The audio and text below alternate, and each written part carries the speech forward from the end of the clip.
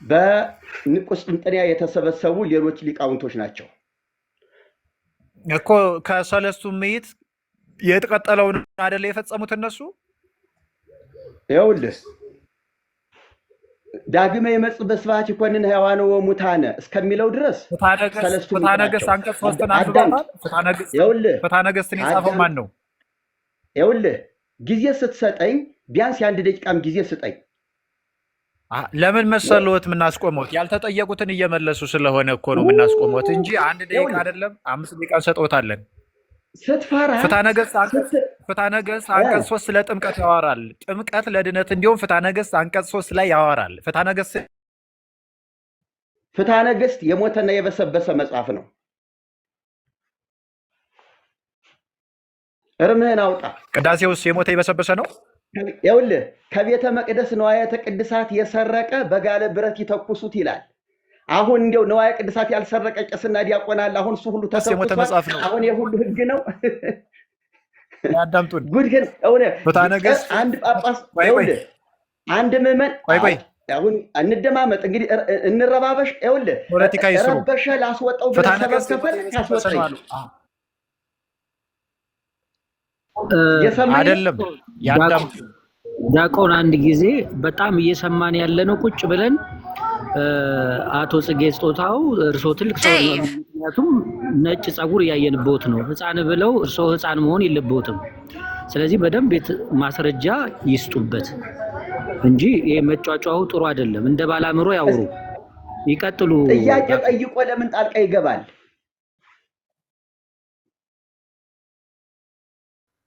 እኔ የጠየቁትን ጥያቄ ሌላ ፖለቲካ አይስሩ። አቶ ጽጌ ሰለስቱ ምዕትን እቀበላለሁ። የሰለስቱ ምዕት ግሩም በውስተ ደመናት ብለዋል እኮ ሰለስቱ ምዕት አሉ። በጣም የሚገርም ነው። እና ግሩም በውስተ ደመናት አሉና ከአብ እንደዚህ ተወለደ ብለው የተናገሩበት ክፍል አለ? የለም። አዛ ግን ሰለስቱ ምዕትን እቀበላለሁ ብለው ጥምቀት ደግሞ ለድነት አይሆንም ብለው ይፈክራሉ በየቦታው እየሄዱ። ከተቀበሉ መቀበል ነው። እሺ ገንጥለው አይቀበሉ። ጊዜ ስጠኝ። እሺ ልናገር። ጥምቀት ለድነት ይሆናል አይሆንም? ይችን ይመልሱልኝ።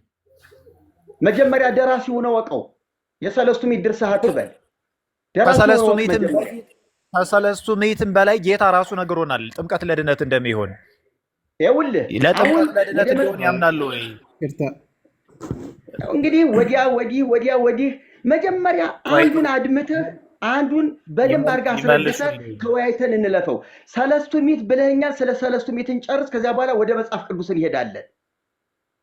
ሰለስቱ ምዕትን ይቀበላሉ አይቀበሉም?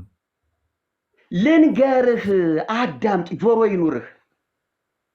አረ ፖለቲካውን ይተው እባክዎትን። ሰለስቱ ምዕትን ይቀበላሉ አይቀበሉም? ይኸውልህ አንተ እኮ አቶ ጽጌ ስትለኝ የዋልክ ሰው ነህ። ይሄ ፖለቲካ ከሆነ እኔም ይኸውልህ አቶ ስትለኝ ማዕርጌን ጥለህ እኔም አቶ ማቲያስ ነው የምልልህ ያንተን አባት። እሺ ክብር እንከባበር። ሰው አቶ ነው የሚባለው። አቶ ጽጌ ስጦታው እኔም አቶ ማቲያስ ነው የምልልህ። አቶ ማቲያስ፣ አቶ አብርሃም እና አቶ በርናባስ ነው የምልልህ። እንዴ ትቀልዳለህ? ማዕድ ደግሞ ከላኪው ጋራ ከአባት ጋራ መተባበር ነው። ስርዓትነቱ ትብብር ነው። ሐዋርያው ቅዱስ ጳውሎስ በሮሜ መልእክቱ ምዕራፍ 6 ቁጥር 4 ላይ እንግዲህ ክርስቶስ በአብ ክብር ከሙታን እንደተነሳ እንዲሁ እኛም በአዲስ ሕይወት እንድንመላለስ ከሞቱ ጋር አንድ እንሆን ዘንድ በጥምቀት ከእርሱ ጋር ተቀበር። ክርስቶስ ተጠመቀ ማለት ለኃጢአት ስርየት አይደለም። ጥምቀት የኃጢአት ስርየት አይደለም። ክርስቶስ ሞተ ቤዛ ሆነ ሲባል ለቤዛነት አይደለም። ክርስቶስ ለእኛ ትእዛዝንና ስርዓትን ሲሰጥ አደረገው። ያንን ስርዓት እኛ ስንፈጽም፣ በተለይ ጥምቀት ነው ርዕሳችን፣ ጥምቀትን ስንፈጽም ከክርስቶስ ጋር በመተባበር አንድ አማኝ በክርስቶስ አመንኩ የእግዚአብሔር ልጅ ሆንኩ ብሎ በአፉ መስክሮ ባይጠመቅ እንደ ክርስቲያን አይቆጠርም። በመጀመሪያቱ ቤተክርስቲያንም ካመነ በኋላ ተምሮ ምን እናድርግ ሲል መጠመቅ ነው።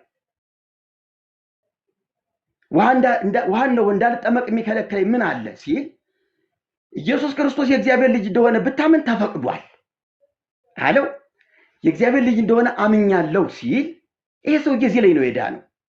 ቀጥሎ ጥምቀቱ ለምንድን ነው የሚጠብቁ? ተጨማሪ ደህንነት ሊያሰጠው ሳይሆን ከክርስቶስ ጋር የክርስቶስን ሞት በጥምቀት ለመተባበር ያደረገው ታላቅ ምስክርነት ነው። ክርስቶስ ሞተ። ጥምቀት አንዲት ናት የሚባለውም ከዚህ የተነሳ ነው። አንድ ሰው ሁለቴና ሶስቴ አይጠመቅም። ጥምቀት አንዲት ናት። ምክንያቱም ክርስቶስ አንዴ ለኛ ሞተ፣ ተደጋጋሚ ስላልሞተ። ሁለቴ ሶስቴ ቢሞት ኑሮ ጥምቀትንም በዚያው ልክ እንደጋግመው ነበረ። ነገር ግን ለአንድ ሞቱ አንድ ጊዜ ብቅ ጥልቅ በማለት ብቻ ሞቱንና ትንሣኤውን እናበስራለን፣ ከእርሱ ጋር መተባበር እናደርጋለን። ሐዋርያው ጳውሎስም ይሄንን ነው የሚገልጠው። ሌሎች ጥቅሶች ለኃጢአት ስርየት ማለት እነዚያ ሰዎች ሲጠመቁ መጀመሪያ ላይ በሕይወታቸው በነበሩበት አይዛባዊ ልምምድ፣ አይሁዳዊ ልዩ ልዩ ልምምድ ነበራቸው። ይሄ ምድራዊ የሆነ ከእግዚአብሔር ፊት ርቀው የነበሩበት ከእግዚአብሔር ፊት ተለይተውበት የነበረበት ሕይወት የኃጢአት ስርየት፣ ንስሐም እኮ ራሱ የኃጢአት ስርየት ነው። ንስሐም የኃጢአት ስርየት ነው። ነገር ግን ንስሐ የኃጢአት ስርየት ስለሆነ በንስሐ ነገሩ አይቋጭም። በኦሪት መስዋዕት ማቅረብ የኃጢአት ስርየት ነበረ፣ በዚያ አይቋጭም። እንዲያውም ጌታችን ኢየሱስ ክርስቶስ አሌለክሙ ጸሐፍት ወፈሪሳውያን እለትከይዱ ባሕረ ወየብሰ ከመ ታጥምቁ አሐደ ፈላሲ ወተጠሚቆ ትረስዩ ወካዕበተ ገሃነም፣ የብሱን በእግር ባህሩን በመርከብ እየዞራችሁ አንድ ሰው ለማጥመቅ ትዞራላችሁ፣ ካጠመቃችሁት በኋላ ግን መልሳችሁ የገሃነም ልጆች ታደርጋላችሁ ተብሎ ሲነገር ያ ጥምቀት ለስርየት ኃጢአት አይደለም። ጥምቀቶች ሁልጊዜ የራሳቸው ተልእኮና መልእክት አላቸው። አንድ ነገር ማረጋገጥ ያለብን ኢየሱስ ክርስቶስ እንኳንስ የኛ ጥምቀት ይቀርና የኢየሱስ ጥምቀት እንኳን ለኛ ቤዛችን አይደለም። ለኛ ቤዛችን አይደለም። የኢየሱስ ክርስቶስ ቤዛችን ሞቱ ብቻ ነው። በዘላለም ሊቀ ካህናትነት በዘላለም መስዋዕት በአብ ፊት ራሱን አቅርቦ በእግዚአብሔር ቀኝ ለዘላለም የተቀመጠ የተባለው ቤዛችን እዚያ ላይ ነው ያለው እንጂ በጥምቀት ቤዛነት፣ በቁርባን ቤዛነት፣ በንስሐ ቤዛነት የሚገኝ ከሆነ ቤዛነቱ ተሸርሽሯል፣ ተከፋፍሏል። ስለዚህ የትልቁ የመስዋዕቱ ስርዓትም ተዛብቷል ማለት ነው እና ለመስዋዕቱ ነው ትልቁ ክብር የሚሰጠው። ይሄ ማለት ግን አማኞች እያመኑ መጠመቅ፣ ከክርስቶስ ጋር መተባበር፣ ሞቱን መምሰል፣ በሕይወታቸው መገለጥ ግዴታቸው ነው። ሳጨርሰዋል ቃና። እሺ እናመሰግናለን። አንደኛውን ዙር ርዕሳችሁን ጠብቃችኋል ብዬ አስባለሁኝ። ጥሩ አድርጋችሁ ፈጽማችኋል። አሁን ወደ ሁለተኛው ዙር እሱ ምንድነው ቃና ያነሱት ላይ ኢዮባ ወንድማችን ሪፍሌክሽን ትሰጣለህ። እንደዚሁም ደግሞ ኢዮባ ያነሳው ላይ ቀጣይ ሲደርሶት እርስዎ ይሰጣሉ ማለት ነው። 5 ደቂቃ ነው አሁንም ያለው። ቀጥል ኢዮባ። እሺ እግዚአብሔር ያክብርልኝ። ቀጣይ ያነሷቸውን ሀሳቦች እንመልከት። የመጀመሪያው ሮሜ 6:4ን ጠቅሰዋል። ለድህነት የሚለው በነገራችን ላይ አስቀድሞ አወዛጋቢ ነገር እንደተናገሩ ልጠቁማችሁ እወዳለሁ። ለምን ከተባለ አዎ ለኃጢአት ስርየት የሚል በመጽሐፋችን ላይ አለ ይሉና መልሰው ግን ለኃጢአት ስርየት አይደለም ይላሉ። እንዴት ነው የሚለውን በኋላ በጊዜያቸው ያብራሩልናል። ወደ ሀሳቡ ስመጣ ሮሜ 6:4 ላይ ከቁጥር 3 ጀምሬ ላንብብላችሁ። ወይስ ከክርስቶስ ኢየሱስ ጋር አንድ ትሆኑ ዘንድ የተጠመቃችሁ ሁላችሁ ከሞቱ ጋር አንድ ትሆኑ ዘንድ እንደተጠመቃችሁ አታውቁምን ይላል። ስለዚህ ጥምቀት ከሞቱ ጋር አንድ ለመሆን ምን ያልነው ነው? የተጠመቅነው ነው ማለት ነው። ከክርስቶስ ሞት ጋር አንድ የምንሆንበት ነው። ቁጥር 4 ላይ እንግዲህ ክርስቶስ በአብ ክብር ከሙታን እንደተነሳ ክርስቶስ እንዲሁ እኛም በአዲስ ሕይወት ስለተመላለስን አይልም የሚለው እንድንመላለስ ነው። እንድንመላለስ ተጠመቅን ማለት የተጠመቅነው አሮጌውን ማንነት ትተን በአዲስ ሕይወት ለመመላለስ ነው። ምክንያቱስ አዲስ ሕይወት ስላላገኘን ነው አምላክ ሰው መሆን ያስፈለገው። አዲስ ሕይወት ሊሰጠን የሰጠንን በምን ተቀበል ነው? በጸጋ መቀበያው በጥምቀት በኩል ማለት ነው። ስለዚህ ሮሜ 6 ለድህነት መሆኑን በተለይ የጥምቀት ቴዎሎጂ በደንብ የተብራራበት ነው። እንቀጥል። ከሞቱ ጋር አንድ እንሆን ዘንድ በጥምቀት ከእርሱ ጋር ተቀበርን ይላል።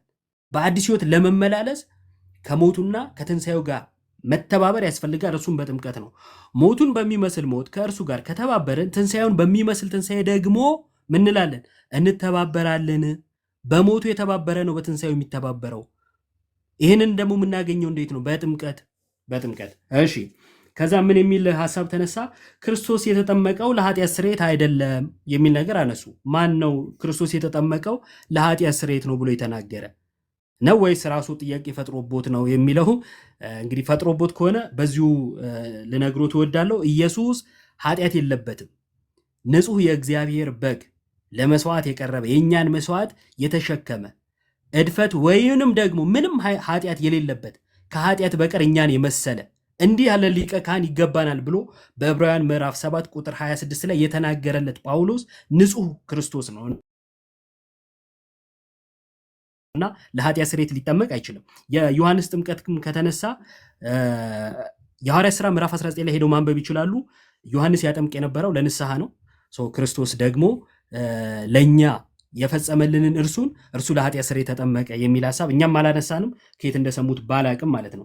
ከዛን ባይጠመቅ እንደ ክርስቲያን አይቆጠርም የሚል ነገር በመሃል ላይ ሲናገሩ ሰማው። ሰው አምኖ ካልተጠመቀ ወይም ባይጠመቅ እንደ ክርስቲያን አይቆጠርም አሉ። እግዚአብሔር ያክብርልን። ውይይቱ እዚህ ጋር ነበር የሚያበቃው፣ ግን ሰዓቱን ጠብቀን እንጨርሰው በሚለው ነው እንጂ ሰው ከጥምቀት ከተለየ ክርስቶስን አልለበሰምና በእምነት ብቻ ሊድን አይችልም። ይሄ ፕሮቴስታንታዊ አስተምሮ ነው። ይሄ ፕሮቴስታንታዊ አስተምሮ ደግሞ በቤተክርስቲያን ታሪክ ውስጥም ትምህርት ውስጥም የለም። ከዛ ተመለሱ ነው የኛም ሐሳብ። የሚታደስ ነገር የለም፣ ራሳችሁን አድሱ የሚል መልእክት አዘል ነው ማለት ነው። ከዛን ጥምቀት ምስክርነት ነው ብለዋል። ጥያቄና መልስ ላይ ከየት እንዳመጡ ጠይቆታለሁ። ከዛን የኢየሱስ ጥምቀት ቤዛ አይደለም የሚል ነገር አነሱ። የኢየሱስ ጥምቀት የሚለውን ቅድም ስለመለስኩኝ ቤዛ የሚለውን ሐሳብ እንዴት እንደተረዱት ባላቅም ቤዛነትን ስናነሳ የክርስቶስ ቤዛነት ሰው ከመሆኑ ነው የሚጀምረው። ሰው ሳይሆን አይደለም መስቀል ላይ የተሰቀለው። ቤዛነት ምንድን ነው ከተባለ ክፍያነት ነው። ክፍያን ያገኘነው ደግሞ እርሱ ዘላለማዊ ቃል ዘላለማዊ አምላክ ከድንግል ሞት፣ ረሃብ፣ መገረፍ እነዚህ ነገሮች የሚስማሙትን መከራ መቀበል የሚስማሙትን ስጋ የራሱ አድርጎ በስጋ በኩል ነው መከራን የተቀበለልን ማለት ነው። ስለኛ የሞተው በስጋው ነው። እነዚህን ነገሮች ያደረገው ዘሎ ዕለተ ዓርብ በቃ ኢየሱስን ያወቅነው ዕለተ ዓርብ ነው አይደለም። መልአኩ መጥቶ የእግዚአብሔር ልጅ ትወልጃለሽ እሱም ደግሞ የዓለም መድኃኒት ነው ለዓለም ሁሉ መድኃኒት የሆነውን ትወልጃለሽ ብሎ ሲያበስራት ከብስራቱ ማነው ከጽንሰቱ ይጀምራል ማለት ነው ቤዛነቱ እንጂ መስቀል ላይ ብቻ ነው ብሎ በብቻ ካጠሩት አስቸጋሪ ይሆናል ማለት ነው።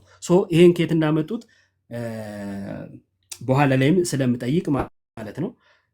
የመጨረሻ ሐሳብ 40 ምናምን ሰከንድ ስላለኝ ቅድም ያነሳናቸው ጥቅሶች አሉና አንዱንም አልተቃወሙም። ታዲያ ተሐድሶነት ምንድን ነው? መጽሐፍ ቅዱስ አዎ ለኃጢአት ስርየት ብሎ ይላል፣ ግን ብለው ደግሞ አይ ለኃጢአት ስርየት ብዬ አላምንም ካሉ የሚያድሱት ወደ ራስዎት ሐሳብ ነው ወይስ ወደ መጽሐፍ ቅዱስ? ወደ መጽሐፍ ቅዱስ ካሉ ይኸው ስንጠቅስ እኮ አላምንም አሉ፣ ወይንም ደግሞ አልቀበልም እያሉ ነው። ታዲያ ወዴት ነው የሚታደሰው የሚል ጥያቄ ያስነሳል። እግዚአብሔር ያክብርልኝ። ጥሩ እሺ፣ ዮባ እናመሰግናለን። 10 ሰከንድ እያለ ነው የጨረስከው። አሪፍ ነው። አሁን ቃና ማይኮትን ያንሱና ዮባ ቅድም እና አሁን ላይ ያነሳቸው ሐሳቦች ላይ 5 ደቂቃዎችን እዝለታለሁ። እዛ ላይ የካውንተር አታክ ያደርጋሉ ማለት ነው። ይቀጥሉ። ወንድሜ ካነሳቸው ሐሳቦች ላይ እኔም ተቃውሞ አለኝ። አንደኛ የኢየሱስ ክርስቶስ ቤዛነት ከጽንሰቱ ጀምሮ ነው እንጂ ቀራንዮ ላይ ዘሎ አይደለም ብሏል። ይሄ ፍጹም ስህተት ነው ባይነኝ። እኔ እንደ እግዚአብሔር ቃል እንደ መጽሐፍ ቅዱስ ጌታችን ኢየሱስ ክርስቶስ የተጸነሰው ከጽንሰት ጀምሮ ቤዛ ሊሆን ሳይሆን ስደቱም ሁሉ ቤዛነታችን አይደለም። ወደ ቀራንዮ የሚሄድ የእግዚአብሔር በግ ነው። በጉ ቀራንዮ ላይ ነው የሚሰዋው። ካህኑ እዚያ ላይ ነው። መስዋዕቱም እዚያው ነው። መሰዋውም እዚያው ነው። ጽንሰት ላይ መሰዊያ የለም፣ ሊቀ ካህናትም የለም። ስለዚህ ኢየሱስ ክርስቶስ እንደ መልከ ጼዴቅ የዘላለም ካህን ሲባል መልከ ጼዴቅ ከአብርሃም ጋር በተገናኘባት ቅጽበት 30 ደቂቃ ትሁን 20 ደቂቃ አትታወቅም፣ አጭር ንግግር ነው የተነጋገሩት። መልከ ጼዴቅ ህብስትና ወይኑን ይዞ ወጥቶ ተቀበለው። አብርሃም ከአስራቱ ሰጠው። መልከ ጼዴቅ አብርሃምን ባረከው። ይህች ብቻ ንግግር ተጠናቀቀች። መልከ ጼዴቅ አባትና እናት የሉትም፣ ለዘመኑ ጥንት የለውም፣ ምንም አይታወቅም ተባለ። ነገር ግን በእግዚአብሔር ልጅ ተመስሎ ካህን ሆኖ ይኖራል ተባለ። ካህንነቱ እዚያች ላይ ከአብርሃም ጋር የተገናኘባት ህብስትና ወይንን ይዞ የቀረበባት ሰዓት ናት። አብርሃም ተፈስሐ አብርሃም ተመነየ ተፈስሐ ወተነበየ ምስጢረ ሞትከ ክርስቶስ አመ በበግ ርእየ ስትል ቤተ ክርስቲያኗ እዚያ ላይ ያለውን የመልከጼዴቅን እና የአብርሃምን ግንኙነት ጠቅሳ ነው። ጌታችን ኢየሱስ ክርስቶስ በዮሐንስ ወንጌል አብርሃም ቀኔን ያይ ዘንድ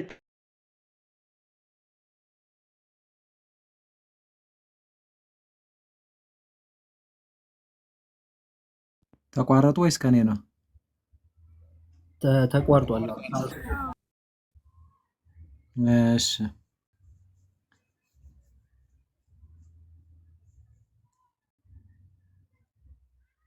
አይ ቲንክ እናስወርዳቸው ይሆን እንዴ? እና ይመለሱ ወይስ እንዴት ይሻላል? ዘግቶባቸውም ሊሆን ይችላል ባትሪ።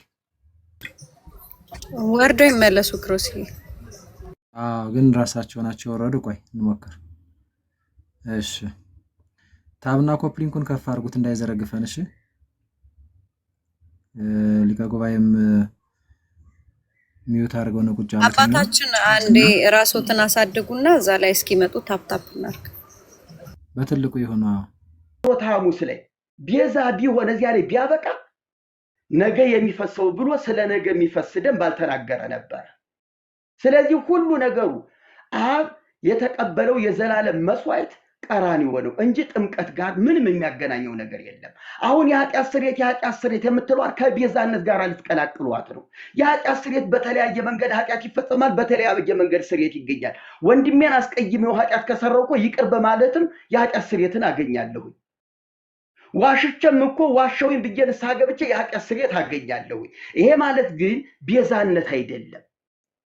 ስለዚህ ተጠምቄ የኃጢአት ስርየት አገኘው ማለት የጸሎተ ሐሙስ ዕለት ወይም ደግሞ ቅዱስ ቁርባን ዛሬ ተቀብዬ የኃጢአት ስርየት አገኘው ማለት የዘላለም ቤዛነት አገኘው ማለት አይደለም። ቤዛነት ድግግሞሽ የለውም። በአንዱ በኢየሱስ ብቻ በእርሱ ብቻ የተከናወነ ስራ ነው። ማናችንም ጣልቃ የምንገባበት አይደለም። የኛ ስራ ድርሻ የለውም። ጥምቀታችን ስርዓት ነው። ከአብና ከመንፈስ ቅዱስ ከልጁ ጋር ህብረት ለማድረግ የምንፈጽመው ስርዓት ነው። ቤዛ ነው ካላችሁኝ የኃጢአት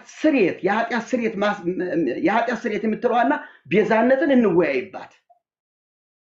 ብዙ የኃጢአት ስርየት ማግኛ መንገድ ስላለ ስለዚህ እኔ የምለው ወንድሜ አሁን ቅድም ሁሉንም አንዱንም አልጠቀሰውም ማለት ስለጠቀስከው ጥቅሱን እኔ ራሴ እዚህ ቦታ ብዬ መድገም አስፈላጊ አይደለም። ነገር ግን ሐሳቡን ነው እኔ ደግሞ የምፈልገው ሐሳቡን። ለምሳሌ እኔ አሁን የጴጥሮስን ስለዚህም ጥምቀት ምሳሌ ሁሉ አሁን ያድነናል ብለኛል። እሱን ክፍል እስቲ ደው ተስማምተን በጋራ ጊዜ ያንተም ጊዜ የኔም ጊዜ ሳይሆን በጋራ ጊዜ አውጥተን እናንብበው፣ ወይም ደግሞ ካስፈለገ በእኔ ጊዜ ያነበዋለሁ። አመሰግናለሁ። እሺ እኛም እናመሰግናለን። ቃና በሰዓት ነው የጨረሱት። 1-3 ሰከንድ ሲቀር አሪፍ ነው። እሺ አይ ቲንክ ጥያቄና መልስ ላይ ነው የደረሳችሁት። አሁን ቃናም ማይክዎትን እንደተነሳ ነው በየው ማይክን ታነሳና ጥያቄ 10 ደቂቃ ዛለሁኝ። ለጥያቄ 10 ደቂቃ ነው ቅድም ያልኳችሁ የነበረው የተስማማችሁት እና 10 ደቂቃ ትጠይቃችኋለህ። ቃናም ያው አጭር መልስ ከሆነ የሚፈልገው አጭር መልስ ይሰጣሉ፣ ማብራሪያ ከሆነ የሚፈልገው ማብራሪያ ይመልሳሉ ማለት ነው። ኋላም ኢዮባ በተራው እንደዛ ያደርጋል። ስለዚህ ኢዮባ ዝግጁ ነህ? ዝግጁ ነኝ። ቃና ማይክዎትን ያንሱና ጥያቄ እና መልስ ስለሆነ 10 ደቂቃ ጠይቆት ከዛ 10 ደቂቃ ደግሞ በኋላ ላይ ይዤሎት እርሶ ይጠይቁታል። ጥምቀት ላይ ትኩረት አድርጋችሁ በተለይ እንደዛ ተጠያይቁ። እሺ አስጀምረዋለሁ። ቀጥል ኢዮባ።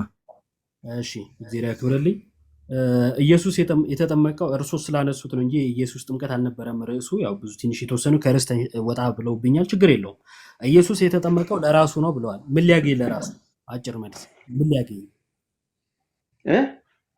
ኢየሱስ የተጠመቀው ለራሱ ነው ብለዋል እኮ። ለራሱ ሲጠመቅ ምን ሊያገኝ? ለንስሐ ነው የተጠመቀው፣ ንስሐ ሊገባ ሲጀመር ለኃጢአት ስርየትም አይደለም።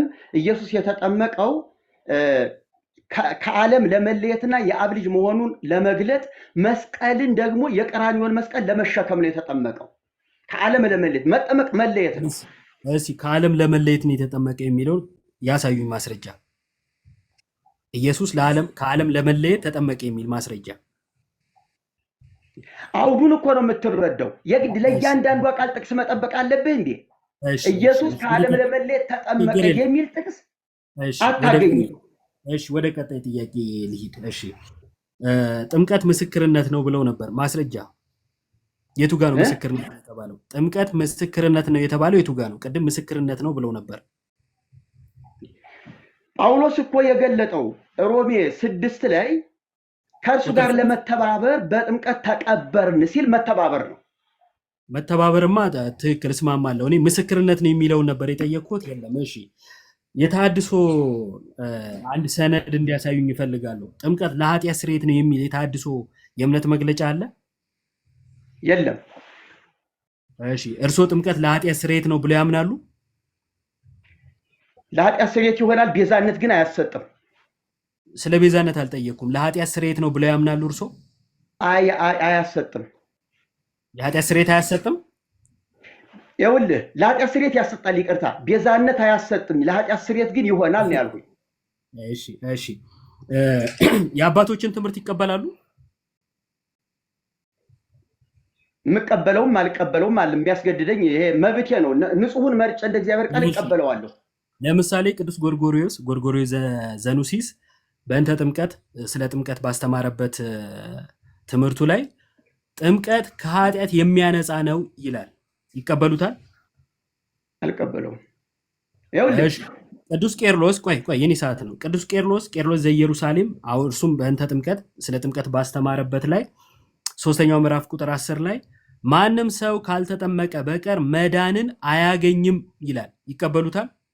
አልቀበለውም። አይቀበሉም። እሺ ወደ ቀጣይ ጥያቄ ልምጣ። ጴጥሮስ በአንደኛ ጴጥሮስ ምዕራፍ 3 ቁጥር 21 ላይ ይህም ውሃ ማለት ጥምቀት ፖዞነዋል። ይህም ውሃ ማለት ጥምቀት ምሳሌ ሆኖ አሁን ያድነናል ይላል። ያድነናል ያለው ምንን ነው? ምንን ነው ያድነናል ያለው? እሱን ነው አንተን የምጠይቅህ። አንተ የጠቀስከው ጥቅስ ስለሆነ እዚህ ላይ አንተ እንድታብራራልኝ እጠይቅሃለሁ። እሺ አብራራለሁ። ለእኔ ግን ይመልሱልኝ። ያድነናል የተባለው ምንድን ነው? የእርሶን ውሃው ነው። ውሃው ያድነናል ብለው ያምናሉ እርሶ? ይኸውልህ አንተ ቃል በቃል እያንዳንዱ ስትሄድ ያድነናል አያድነንም፣ ያድነናል አያድነንም ከምን እንደሚያድን ይኸውልህ ብለው ያምናሉ እርሶ? ከምን ላይ እንመጣለን? ይቅርታ የኔ ተራ አይደለ? አንዴ የኔ ተራ ስለሆነ ከምን ያድናል የሚለው ጋር እንመጣለን፣ ችግር የለውም። እርሶ ግን ልክ እንደ ጴጥሮስ ያድነናል ብለው ያምናሉ? ጥምቀትን ያድናል። እሺ ከምንድን ነው የሚያድነው? ከጊዜያዊ ኃጢአት ማስረጃ። ከጊዜያዊነት አይደለም። ይኸውልህ ያድናል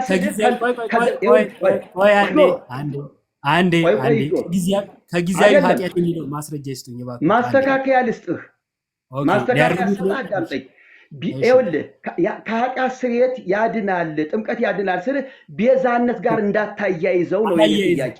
አላያይዘው። አሁን ደግሞ የኃጢአት ስርየት ያስገኛል አሉ። እሺ ከምን ያድናል የሚለውን ከጊዜያዊ ኃጢአት ብለዋል። እስኪ ማስረጃ ይስጡኝ። ከጊዜያዊ ኃጢአት የሚለው ቤዛ ስለማይሆን ጊዜያዊ ያልኩት ቤዛ ስለማይችል ከጊዜያዊ ኃጢአት የሚል ማስረጃ። እኔ ጥምቀት ቤዛ ይሆናል የሚል ክርክር አልተከራከርኩም።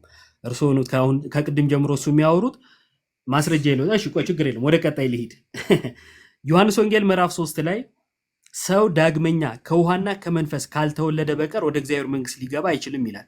ስለዚህ ወደ እግዚአብሔር መንግስት ለመግባት ከውሃና ከመንፈስ መወለድ ያስፈልጋል ብለው ያምናሉ?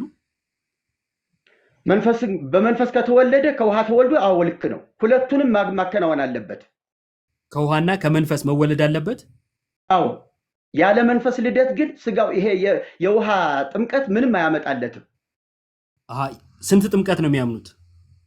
የመንፈስ ጥምቀትና የውሃ ጥምቀትን ሁለቱን እኮ ከመንፈስና ከውሃ ሲል እኮ ሁለት በመንፈስ የሚሆንና በስጋ የሚሆን እየነገረህ ነው። ስለዚህ ሁለት ጥምቀት ነው የሚያምኑት። የማይታይና የሚታይ ጥምቀት፣ በእምነት የሚሆን ጥምቀት አለ፣ በስጋ የሚገለጠው ጥምቀት አለ። የሚታይና ማይታይ ጥምቀት አለ ብለውኛል። ማስረጃ ማይታየውን ጥምቀት በማስረጃ ያሳዩኝ። ራሱ ከመንፈስና ከውሃ ሲል እስኪ የመንፈስን ጥምቀት አስረደኝ አንተ። ከመንፈስ መወለድ ማለት ምን ማለት ነው? የኔ ጥያቄ ተራ ነው፣ የእርሱ አይደለም። ማስረጃ ይስጡኝ። የማይታየው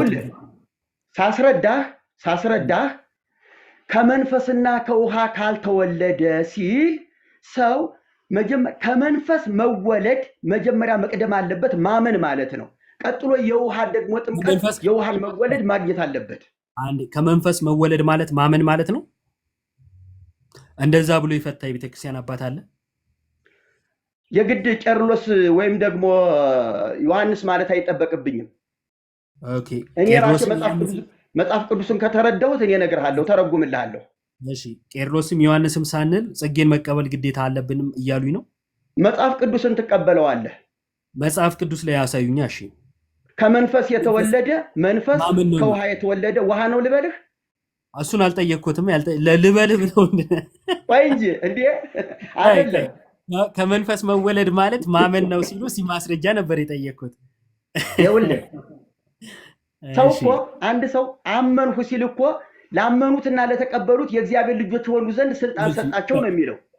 ሰዓቴ ሳያልቅ ወደ ቀጣይ ጥያቄ ልሂድ። የተሃድሶ እንቅስቃሴ በጥምቀት ዙሪያ ወደ የትኛው ዘመን እንዲሄድ ይፈልጋሉ? ወይንም ወደ የትኛው ዘመን እንድንታደስ ይፈልጋሉ? ስለ ጥምቀት ነው ያነሳሁት። ወደ ሐዋርያትና ወደ ጌታ ወደ ቅዱስ ወንጌሉ። እሺ ከሐዋርያትና ከወንጌል ጥምቀት አያድንም፣ የኃጢአት ስርየት አያስገኝም የሚል አንድ ማስረጃ ይስጡኝ። የኃጢአት ስርየት እንዳለ ነግሬሃለሁ።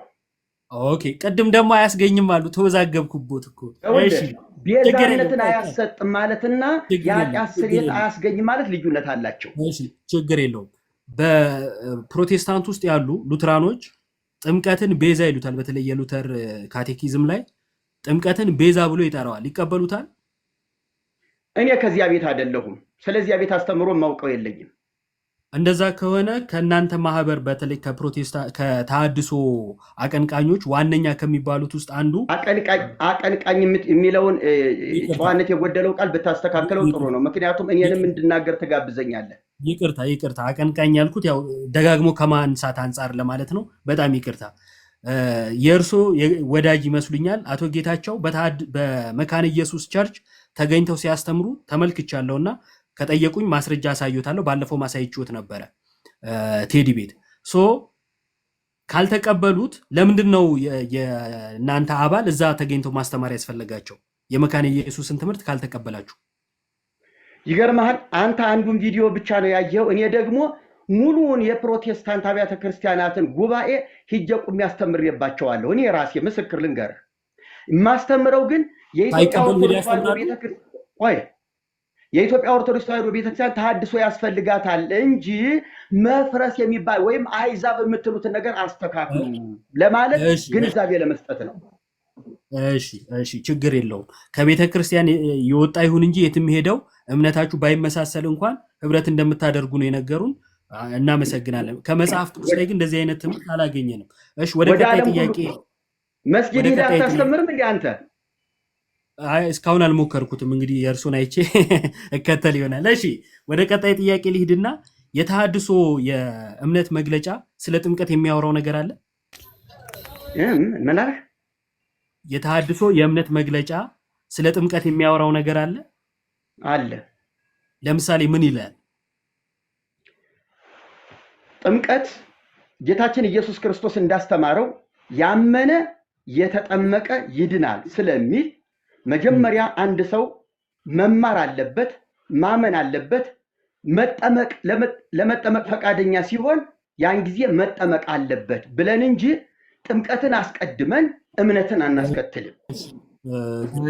ደቂቃው አልቋል። ዮባ እናመሰግናለን። አሁን ማይክን ታነሳና ተጠያቂ ትሆናለህ። በነገራችን ላይ ደስ የሚል ውይይት እያደረጋችሁ ነው። በጣም አይ ቲንክ ከስር ያሉትም 1500 ሰዎች ደስተኛ ይመስሉኛል። በጣም በተረጋጋ መንፈስ ቃናም ረጋ ብለው እየመለሱ ነበረ። ዮባም እንደዛው አጠያየቅ በጣም ደስ ይል ነበር። ጥሩ እየተማርንበት ነው ብዬ ተስፋ አደርጋለሁ። ታብና ኮፕሊንክ አድርጉት እንዳይቋረጥብን። አሁን ይቀጥላሉ። ቃና 10 ደቂቃዎትን ይጠቀሙ። ዝለውታለሁ። ዮባን ይጠይቁታል። እሺ ኢዮብ ጥምቀት የኃጢአት ስርየት ያስገኛል ሲባል ቤዛነትን ያሰጣል ማለት ነው? እሺ ቤዛነት ስንል ምትክነትን ወይም ያሰጣል ነው እኮ ለአብራራው ነው። ሁለቱ የተለያዩ ነገሮች ስለሆኑ ጥምቀት በክርስቶስ የተደረገውን ቤዛነት መቀበያ ነው። ጸጋው የምንቀበልበት ነው። ስለዚህ ክርስቶስ የሰራልንን የማዳን ስራ የምንቀበለው በምንድን ነው ሲባል በእምነት፣ በጥምቀት፣ በቅዱስ ቁርባን ነው። በእነዚህ በሚስጥራት በኩል ወደ ጌታ ማዳን እንገባለን ማለት ነው። ቀላቅለውት ስለተረዱት መሰለኝ። እሺ መጀመሪያ ድነሃል ማለት ነው። በክርስቶስ ቤዛነት ድነሃል ማለት ነው። የክርስቶስን ቤዛነት አምኜ ስጠመቅ ነው ማገኘው። ኦይ ላመኑት ይኸውልህ መጀመሪያ ስታምን ነው ድነሃል የሚለው እኮ መጽሐፍ ቅዱስ እንጂ ጥምቀትን ሲጨምር አይልም። አይ ጌታ ኢየሱስ ክርስቶስ በማርቆስ ወንጌል ላይ ሁለቱ የማይነጣጠሉ ነገር እንደሆኑ ነግሮኛል። ምን ብሎ ያመነ እና የተጠመቀ ይድናል ስላለ እኔ ነጥዬ አይ በአንዱ ድኛለሁ በአንዱ ግን አልዳንኩም አልልም። እኔ ጌታ እንዳለ ስለዚህ እምነት ሲደመር ጥምቀት ነው መዳን የሚሆነኝ እንጂ ቤዛነቱ ብቻውን አያድነኝም እያልከኝ ነው። ቤዛነቱን የምቀበለው በሚስጥራቱ በኩል ነው ያልኩት። ቤዛነቱን ለማግኘት ነው የምጠመቀው። እንዴት ነው ቤዛነቱን ለማግኘት ተጠመቅኩ እያልኩኝ አይ ቤዛነቱ አያድነኝም እያልክ ነው ሊባል የሚችለው? በምን ቋንቋ ነው? ቤዛነቱን የውሎት አልተረዱም። የውሎት ክርስቶስ ስለኛ ሞት አይደለ? ቤዛ ሆነን ይሄንን በመስቀል ላይ የፈጸመውን የማዳን ስራ እኛ የምንቀበለው በሚስጥራቱ በኩል ነው። አምነን በሚስጥራቱ በኩል ለምሳሌ አዳማዊ ነበርኩኝ፣ ክርስቶሳዊ ለመሆን ተጠመቅኩኝ። ክርስቶሳዊ የሆንኩት እንዴት ነው? ክርስቶስ ስለኔ ሞቶ ሞቴን ስላጠፋ ያንን የማገኘው ግን በጥምቀት በኩል ነው ማለት ነው። አሁን ተረዱት? አንተ በእምነት የተቀበልኩትን ጥምቀት ላይ ሂጄ ነው የማረጋግጠው ነው ያልከኝ። እስከ ጥምቀት ድረስ ቤዛነትን አላገኘህም፣ የግድ እስከዚያ ድረስ መድረስ አለብህ ማለት ነው። እሺ ያንተ ሀሳብ እንደዛ ነው። ሌላው አላልኩም። እሺ ቀጥሉ። ግን እንደዛ አላልኩም። ይቀጥሉ አልክ እንጂ ለምን ተዋሸኝ? እንደገና ማለት ልትገለበጣት አይገባህም። ማመን ብቻውን በቂ አይደለም፣ ጥምቀትን ጨምሬበት ነው እርግጠኛ የመሆነው እያልከኝ እኮ ነው። አይ እኔ አሁን እርግጠኛ መሆን በማመን ብቻ ከሆነ ቤዛነቱን አላገኝም ምናምን እንደዚህ አይነት ቃላቶች አላወጣውም። ጨማምረው ስላሉ አላልኩም ነው ያልኩት። አብራራልኝ ካሉ ላብራራለሁት። በክርስቶስ የተደረገ ቤዛነት በዚህ ላይ ጊዜ አናጠፋም። ይኸውልህ በዚህ ላይ ጊዜ አናጠፋም ያልካቸውን ቃላቶች ጥያቄን ህዝብ ሰምቷል። ጴጥሮስ ላይ 3:21 ሁለት ጊዜ ተናግረዋል። ይህም ውሃ ደግሞ ማለት ጥምቀት ምሳሌው ሆኖ አሁን ያድነናል ብሏል።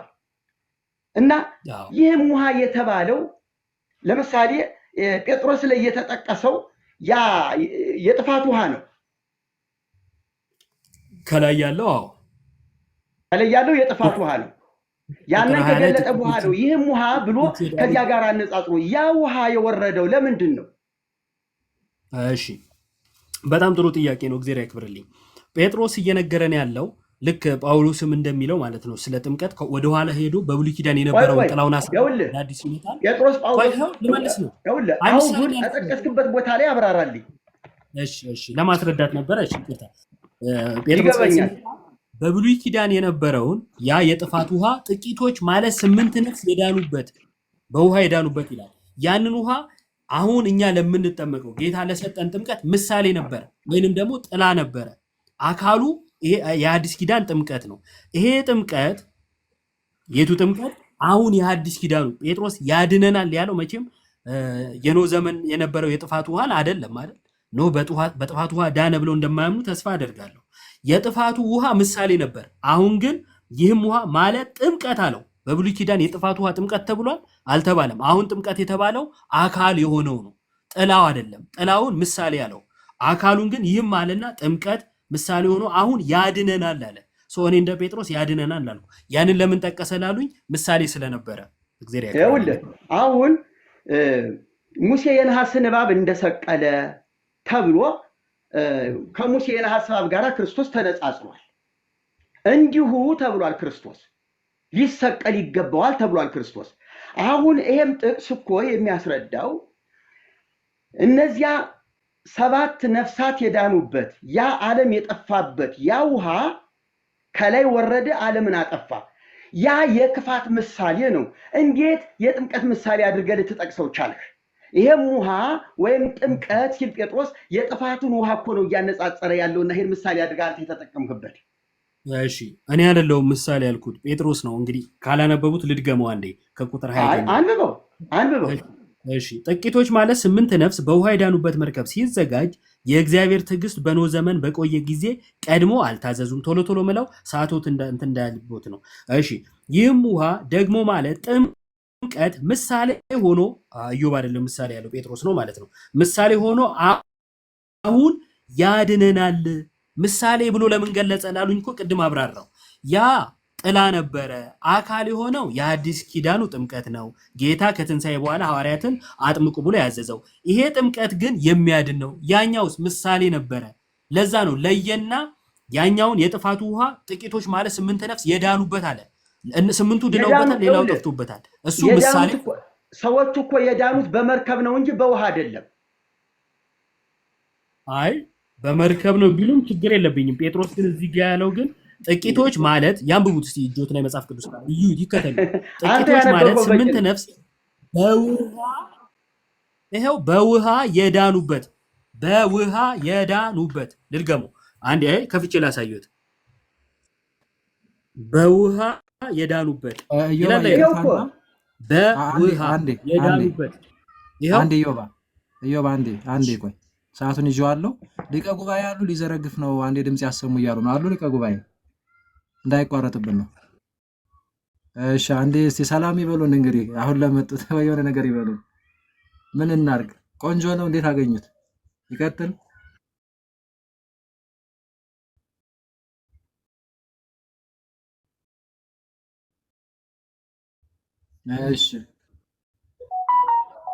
እሺ አባታችን ማይኳን እንዳታስተጋባይ እንኳትና በቃ እንትን እንላለን። እየጨረስን ነው። በጣም ቆንጆ ውይይት ያደረጋችሁ ነው። ቀጥሉ። ይቅርታሽ እንዳይዘረግፍ ብዬ ነው የጠራኋቸው። አሁን ይቀጥሉ። ደቂቃውን አስጀምረዋለሁ። ይኸውልህ ኢዮብ፣ አሁን ሀሳብህን ግልጽ እንድታደርግልኝ አሁን የጠቀሰው ይሄ የጴጥሮስ መልእክት ላይ ሰዎች የዳኑት ጥፋቱ የመጣው የጥፋት ውሃ ነው። ሰዎችን ሊያጠፋ ነው የመጣው። የዳኑት ግን በመርከብ ነው። ጥቂቶቹ ነፍሳት በመርከብ ነው የዳኑት። ይህም መርከብ ምሳሌ ሆኖ ጥምቀት ብሎ ቢል ጥምቀትና መርከብ ቢመሳሰል የመዳን ነገር ስለሆነ እሺ፣ የጥፋት ውሃና የመዳን ውሃ እንዴት ነው የሚመሳሰለው? ጴጥሮስ ነው ያለ ብለህ ለመደበቅ አትሞክር። ከጠቀስከውና ከተረዳው በደንብ አድርገህ ለዚህ ጉባኤ አብራራልን። እሺ፣ ጥሩ ጥያቄ ነው የጠየቁት። ላብራራሉት። አስቀድሞ በውሃ የዳኑበት የሚለውን እኔ ከራሴ ሳይሆን ይኸው እሱ ነው የሚለው። በውሃ የዳኑበት አለ። የዳኑት የሚለው ይኸውልህ ስለ 8ቱ ነፍሳት ነው። የጠፉበት ከ8ቱ ውጭ ያሉት ናቸው። ሌሎቹ የጠፉበት ነው ወይም የጥፋት ውሃ ነው ለሌሎቹ። 8ቱን ግን ከጠፊዎቹ ለይቶ በመርከብ አንሳፎ ያዳናቸው ነውና ምን አለ? የዳኑበት አለ። ታዲያ ግን ለምንድን ነው በመርከቡ ያልመሰለው? ለምን በውሃ መሰለ የሚል ጥያቄ ጠይቀዋል። ጥሩ ነው። ይኸውልህ ጥምቀት ከአሮጌው ማንነት የሚለይ ነው። ክርስቶሳዊ የሚያደርግ ነው። ያኛውም ውሃ የብሉይ ኪዳን የነበረው የጥፋቱ ውሃ ጠፊዎቹንና የሚድኑትን ለይቷል። አዩ የሚድኑ 8ቱ ነፍሳትን አንሳፎ ከፍ አረገና የሚጠፉትን ወሰዳቸው። ስለዚህ የሚኖረውና የሚጠፋው ለየ ማለት አይደለ? ልክ እንዲሁ የአዲስ ኪዳኑ ጥምቀት ክርስቶሳዊውንና ክርስቶሳዊ ያልሆነውን የሚለይ ነው። በክርስቲያንና ክርስቲያን ባልሆነ መካከል ልዩነት ይፈጥራል። እንዴት? ክርስቶስን በመልበስና ባለመልበስ። ክርስቶስን የምንለብሰው በጥምቀት ነው። ክርስቶስን በጥምቀት ያለበሰስ ክርስቶሳዊ ስላልሆነ ይለያልና በውሃ መስሎ ተናገረ ማለት ነው። እኔ ሳሉን ይኸው አሁን እኔ ይኸውልህ እዚህ ላይ ጊዜ የወሰድኩት ሌሎች ጥያቄዎችን እንግዲህ ቸል ብዬ አይደለም። ጊዜ ካለኝ በኋላ ላይ ግድር ከተሰጠኝ ይመጣበታለሁኝ። ነገር ግን እዚህ ላይ ይህ መርከብ ሲዘጋ የዳኑበት መርከብ ነው የሚለው ሲጀመር የዳኑበት መርከብ እንደገና ደግሞ አይልም። እዚህ ጋር የዳኑበት መርከብ ሳይሆን በውሃ የዳኑበት ነው የሚለው እኮ። መርከብ እኮ ነው በውሃ የዳኑበት መርከብ ይጋጫል እኮ አላልኮትም። የዚህን ሀሳብ ነገርኮት እንጂ ከቅድሙ ከሰሙኝ ችግር የለብኝም መርከብም ቢሉ እዚህ ጋር ግን በውሃ ነው የሚለው ብዬ ሁለቱን ችግር የለብኝም መርከብም ቢልማ ካልህ ይኸውልህ ጥቅሱ መጽሐፉ እዚህ ጋር መርከብ አይልም። ይኸውልህ እዚህ ጋር መርከብ አይልም። እዚህ ጋር ውሃ ነው የዳኑበት የሚለው። መርከብ ሲሉም ግን ከምን አንጻር እንዳሉኝ ስለምረዳ ችግር የለብኝም ብዬ ጀምሬ ነበረ። ለምን እዚህ ላይ እንደቆዩ ባላቅም እዚህ ጋር ግን ጥምቀት ያድናል እያለ ነበረ። እንግዲህ ይቀጥሉ። ይኸውልህ ጥምቀት እሱም እኮ ሲል እኮ ቀጥሎ ያለውን ክፍል አለው። ይህም ውሃ ደግሞ ማለት ብለህ አሁን ያድነናል ካለ በኋላ ለእግዚአብሔር የበጎ ቀጥሎ ለእግዚአብሔር የበጎ ህሊና ልመና ነው። ምን ማለት ነው? በጥምቀት በኩል በጎ ሕሊና እናገኛለን። አሮጌውን ኃጢአታዊ የሆነውን ማንነት እንጥላለን ማለት ነው። ስለዚህ ቤዛነት ይህንን የምናገኘው ደግሞ በጌታ ትንሣኤ ነው ይላል። ስለዚህ ትንሣኤ ያገኘው አሁን እችን 10 ሴኮንድ ልጠቀምባት፣ ይቅርታ። እዚህ ይህም ውሃ አሁን የበጎ ስራት ልመና ነው ሲል በጌታችን ቆይ ይጨርሷል። ሰዓቷ ስላለቀች ችግር የለውም። በኋላ ላይ ማጠቃላይ ይሰጡበታል። ፌር እንዲሆን ወይ ይጨርሱት። ይቀጥሉ። ስለፈቀደ ችግር የለውም። ይቀጥሉ። እጥር አድርገው። ይህ ምንድን ነው የሚለው? ቁጥር እዚህ ላይ ምንድን ነው የሚለው? የሰውነትን ይህም ሆኖም አሁን ያድናል የሰውነትን እድፍ ይቅርታ ለእግዚአብሔር ጥቂቶች ማለት 8 ነፍስ በውሃ የዳኑበት መርከብ ሲዘጋጅ የእግዚአብሔር ትዕግስት በኖህ ዘመን በቆየ ጊዜ ደግሞ አልታዘዙም። ይህም ውሃ ደግሞ ማለት ጥምቀት ምሳሌ ሆኖ አሁን ያድነናል፣ የሰውነትን እድፍ ማስወገድ አይደለም ማለት። አሁን የሰውነትን እድፍ ማስወገድ አይደለም ማለት ለኃጢአት ስርየት አይደለም ማለት ነው። የኃጢአት ስርየት የሚወገደው በእምነት ነው ማለት ነው። ይሄ ከክርስቶስ ጋር ለመተባበር ሞቱንና ትንሣኤውን ለመመስከር ማለት ነው። ጴጥሮስ እኮ እንደዚህ ነው ያስቀመጠው። ይቅርታ ጨርሻለሁኝ። በኋላ ለሱ ደቂቃ ተጨምሮለት እንዲሰጠው እጋብዛለሁ። አመሰግናለሁ። እሺ ችግር የለውም። እሺ ቃና እናመሰግናለን። ኢዮባም እንደዛው። አሁን የማጠቃለያ እስካሁን ከመግቢያው ጀምሮ ጥያቄና መልሱን እንትን ያላችሁበትን ማጠቃለያ ነው የምትሰጡን። 5 ደቂቃ ዝላችኋለሁ። ኢዮብ አንተንም ትቀድማ። እሺ ልቀጥል። ያው ሰዓት ችግር የለውም። አሁን መጨረሻ ላይ ከሰሯት ስህተት ልጀምር። የሰውነት እድፍ ማስወገድ አይደለም ማለቱ እኮ ለኃጢአት ስርየት አይደለም ማለቱ ነው አሉ። ይሄ የእርሶ ትርጉም ነው። አንድም አባት አያመጡም። አንድም የቤተክርስቲያን መጽሐፍም የቤተክርስቲያን አባቶችንም እንዲሁም ከመጽሐፍ ቅዱስ ምንም አይነት ማስረጃ ሊያመጡ አይችልም። የሰውነት እድፍ ማስወገድ አይደለም ማለት ያው ከቤተ ክርስቲያን ውጪ በመናፍቃኑ አዳራሽ በየሆቴሉ ውሃ ባገኙበት ሁሉ የሚያደርጉት መንቦጫረቅ እርሶን ማለት አይደለም፣ የሌላውም ጭምር ነው። ይሄ የሰውነት እድፍ ማስወገድ ነው። የሰውነት እድፍ ማስወገድ ያልሆነው በቤተ ክርስቲያን ውስጥ የሆነ ሐዋርያዊ ቅብብሎሹን በጠበቀ መልኩ የሆነ የሚደረገው ያ በመጽሐፍ ቅዱስ የተገለጸውን ጥምቀት ነው። የሰውነት እድፍ ማስወገድ አይደለም፣ ሻወር አይደለም፣ ጸጋ መቀበያ ነው ማለት ነው እንጂ ለኃጢአት ስርየት ማለት እኮ አይደለም ያሉት። ከየት እንዳመጡት ባላቅም ማለት ነው። ያነሱት ብዙ ነገር የለም እውነት ለመናገር እንትን ማለት አይደለም። ጥምቀት ለኃጢአት ስርየት ነው ይሉና መልሰው ደግሞ አይደለም ይላሉ። እየሆነ አይሆንም ነው የሆነብኝ ውይይቱ ማለት ነው። ይቅርታ አድርጉልኝ። ለምንድን ነው እንዲያልኩት? ሲጀምሩ ለኃጢአት ስርየት አይደለም ይሉና ትንሽ ቆይተው ለኃጢአት ስርየት ነው ይላሉ። አያድንም ይሉና ያድናል ይላሉ። ያድናል ስል ግን ይሉና ለጊዜያዊ ኃጢአት ነው። እሺ ማስረጃ የለም። እንደዚህ ነው የሆነብንና ተሐድሶ ማለት ቤተ ክርስቲያን ወደ ቀደመ ትምህርቷ ትመለስ ከሆነ የቀደመ ትምህርት ሲጠየቁ ማመን ነበረበት። አንድም የቤተ ክርስቲያን አባት ስለ ጥምቀት ያስተማረውን አይቀበሉ። የሚቀበሉት ካለ እከሌ የሚባል የቤተ ክርስቲያን አባት ስለ ጥምቀት ያስተማረውን እቀበላለሁ ብለው ይጥቀሱ። እኔ ጊዜ እሰጣለሁ በኋላ ማለት ነው። ምንም ችግር የለም። ደቂቃ ቢያንሶትም ቅድም የጠቀስኳቸው አባቶች ነበሩ። ቅዱስ ጎርጎርዮስ ዘኑሲስ ስለ ጥምቀት ያስተማረውን ጥምቀት ከኃጢአት ያነጻል ይቀበላሉ ስላቸው አይቀበሉም። ቅዱስ ቄርሎስ ዘኢየሩሳሌም ደግሞ ማንም ሰው ካልተጠመቀ በቀር መዳንን አያገኝም ይላል። ይቀበላሉ? አልቀበልም ይላሉ። ታዲያ ወደ የትኛው አባት ወደ የትኛው ቤተክርስቲያን ታሪክ ነው የሚመልሱን?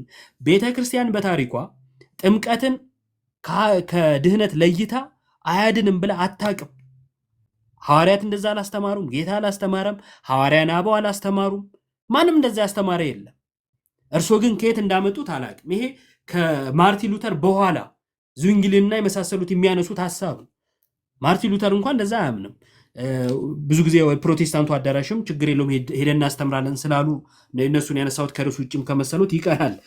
ወደ ቤዛነት ልምጣ። ቅድም ስላነሱት ጥምቀት ቤዛነት አይደለም እያሉ ደጋግመው ይናገራሉ። ጥምቀት ቤዛነት ነው አላልንም። ያልነው ምንድን ነው? በክርስቶስ የተደረገውን ቤዛነት መቀበያ ነው። ይህ ምስጢር ጸጋ መቀበያ ነው ነበር ያልነው። እንግዲህ ሳይረዱት መሰለኝ የጴጥሮስ ላይ ያድናል ብለዋል። እንደ ጴጥሮስ እንደማያምኑ ነግረውናል። የዮሐንስ 3 ላይ ደግሞ ምን አይነት ነገር ተናገሩ? ዮሐንስ 3:5 ላይ ከመንፈስ መወለድ ማለት ማመን ነው አሉ። ከመንፈስ መወለድ ማመን ነው የሚል ማስረጃ አለዎት? የለም። ከራስዎት ነው። ስለዚህ ልቀበል አልችልም ማለት ነው። እኔ አባቶች ያስተማሩትን ነው የምቀበለው። አንድም የቤተክርስቲያን አባት ይህንን ክፍል ዮሐንስ 3:5ን ከጥምቀት ለይቶ አላስተማረም፣ ከድነት ውጭም አድርጎ አላስተማረም ማለት ነው። ቤዛነቱ ስቅላቱ ላይ ብቻ ነው፣ መስቀል ላይ ብቻ ነው የሚል ነገር ተናገሩ። ስለዚህ ክርስቶስ የተቀበለው መከራ እስከ መስቀል እስኪደርስ ድረስ ያለው መከራ ከቤዛነቱ ነጠሉት ማለት ነው። እንዲህ አይነት ነገር የለም። ድንግል ማርያም የወለደችው የዓለምን መድኃኒት ነው። ዮሐንስ መጥምቀ መለኮት ቅዱስ ዮሐንስ ኢየሱስ ወደ እርሱ ሲመጣ አይቶ የዓለምን ኃጢአት የሚያስወግድ የእግዚአብሔር በግ አለ። ገና ሲመጣ ነው ያየው፣ መስቀል ላይ አይደለም ያየው ዮሐንስ። አዩ ማርያም ስትወልደው የዓለምን ኃጢአት የሚያስወግደውን በግ ነው የወለደችው፣ ጌታ ኢየሱስን ነው የወለደችው። የተወለደው እርሱ ቤዛ ነው፣ የተወለደው እርሱ አዳኝ ነው። አዳኙን ወልደዋለች። መስቀል ላይ ብቻ ከሆነ 33 ዓመት ለምን ተመላለሰ? ለምን ወንጌልን ለሐዋርያቱ አስተማራቸው? ለምን ሐዋርያትን መርጦ ላካቸው? ዝም ብሎ ዕለተ ዓርብ ተገኝቶ ተሰቅሎ ለምን አላበቃም ጉዳዩ? ይሄ ከቤተ ክርስቲያን ታሪክ እንደው መጽሐፍ ቅዱስንም ያነበበ የማያነሳው እኔ በጣም የተሳሳተ አመለካከት ነው። ለጌታ ለኢየሱስ ክርስቶስ ያላችሁንም አመለካከት እንደው ሰብሰብ ብላችሁ እንደ ተሐድሶ ብትመለከቱት ጥሩ ነው ብዬ አስባለሁ። ይህን ለምን አነሳው? በቅርቡ ባደረጉት ኢንተርቪው ላይ አንዳንድ ትምህርቶቻችሁ ላይ ገና እየሰሩ ያሉት ነገር እንዳለ ገና እየተሰራ እንደሆነ ስለነገሩን ማለት ነው። ይህንንም ክርስቶስ ላይ ያላችሁንም ነገር ብታዩት ጥሩ ነው ለማለት ነው። ይታደስ ይላሉ፣ ግን ወደ ኋላ ዘመን ስናይ እርሱ የኋለኛውን ዘመን ስለማይቀበሉት ማለት ነው። ስለዚህ ስለ ጥምቀት ያለው የቤተ ክርስቲያን ትምህርት ለኃጢአት ስርየት፣ ከክርስቶስ ጋር አንድ መሆን፣ አዲሱን ማንነት መልበስ፣ ክርስቶስን መልበስ ገላትያ 3:27 ላይ እንደሚለው ሆኖ ሲያበቃ እርሶና ተሐድሶ የሚለው ምንድነው እንቅስቃሴ እንዳጠቃላይ ይህንን ሁሉ የቤተክርስቲያን ትምህርት የቤተክርስቲያን አባቶችንም ትምህርት ተቃውሞ ጥምቀት ለኃጢአት ስርየት አይደለም የሚል ትምህርት ይዘዋል። ይህ ትልቅ ስህተት ነው። እግዚአብሔር ያክብርልኝ። እሺ ዮሐና እናመሰግናለን። እሺ ቃና ማይኮትን ያንሷትና 5 ደቂቃ አለዎት። እንደየው ማጠቃለያ ይሰጣሉ። የመጨረሻችሁ ነው ይሄ ማጠቃለያ። አመሰግናለሁ። ሁላችሁም ከታችም ሁናችሁ በዛ በላችሁ የምትከታተሉ እዚህም ያላችሁ እህት ወንድሞቼ እግዚአብሔር ይባርካችሁ። እንደናንተ አመለካከት የጌታ ጥምቀት ለራሱ ደህንነት ነው በ30 ዓመቱ ስል አይደለም የሚል እና ለራሳችን ለኛም ጭምር እንደሆነ ተደርጎ ተሰጥቷል። ይሄ በፍጹም ስህተት ነው። ኢየሱስ ክርስቶስ ለራሱ የሆናቸው ነገሮች በፍጹም ሰውነቱ ሊተገብራቸው ሊሆናቸው የሚገቡ ነገሮች ያደረጋቸው ናቸው። ለቤዛነት አይደሉም።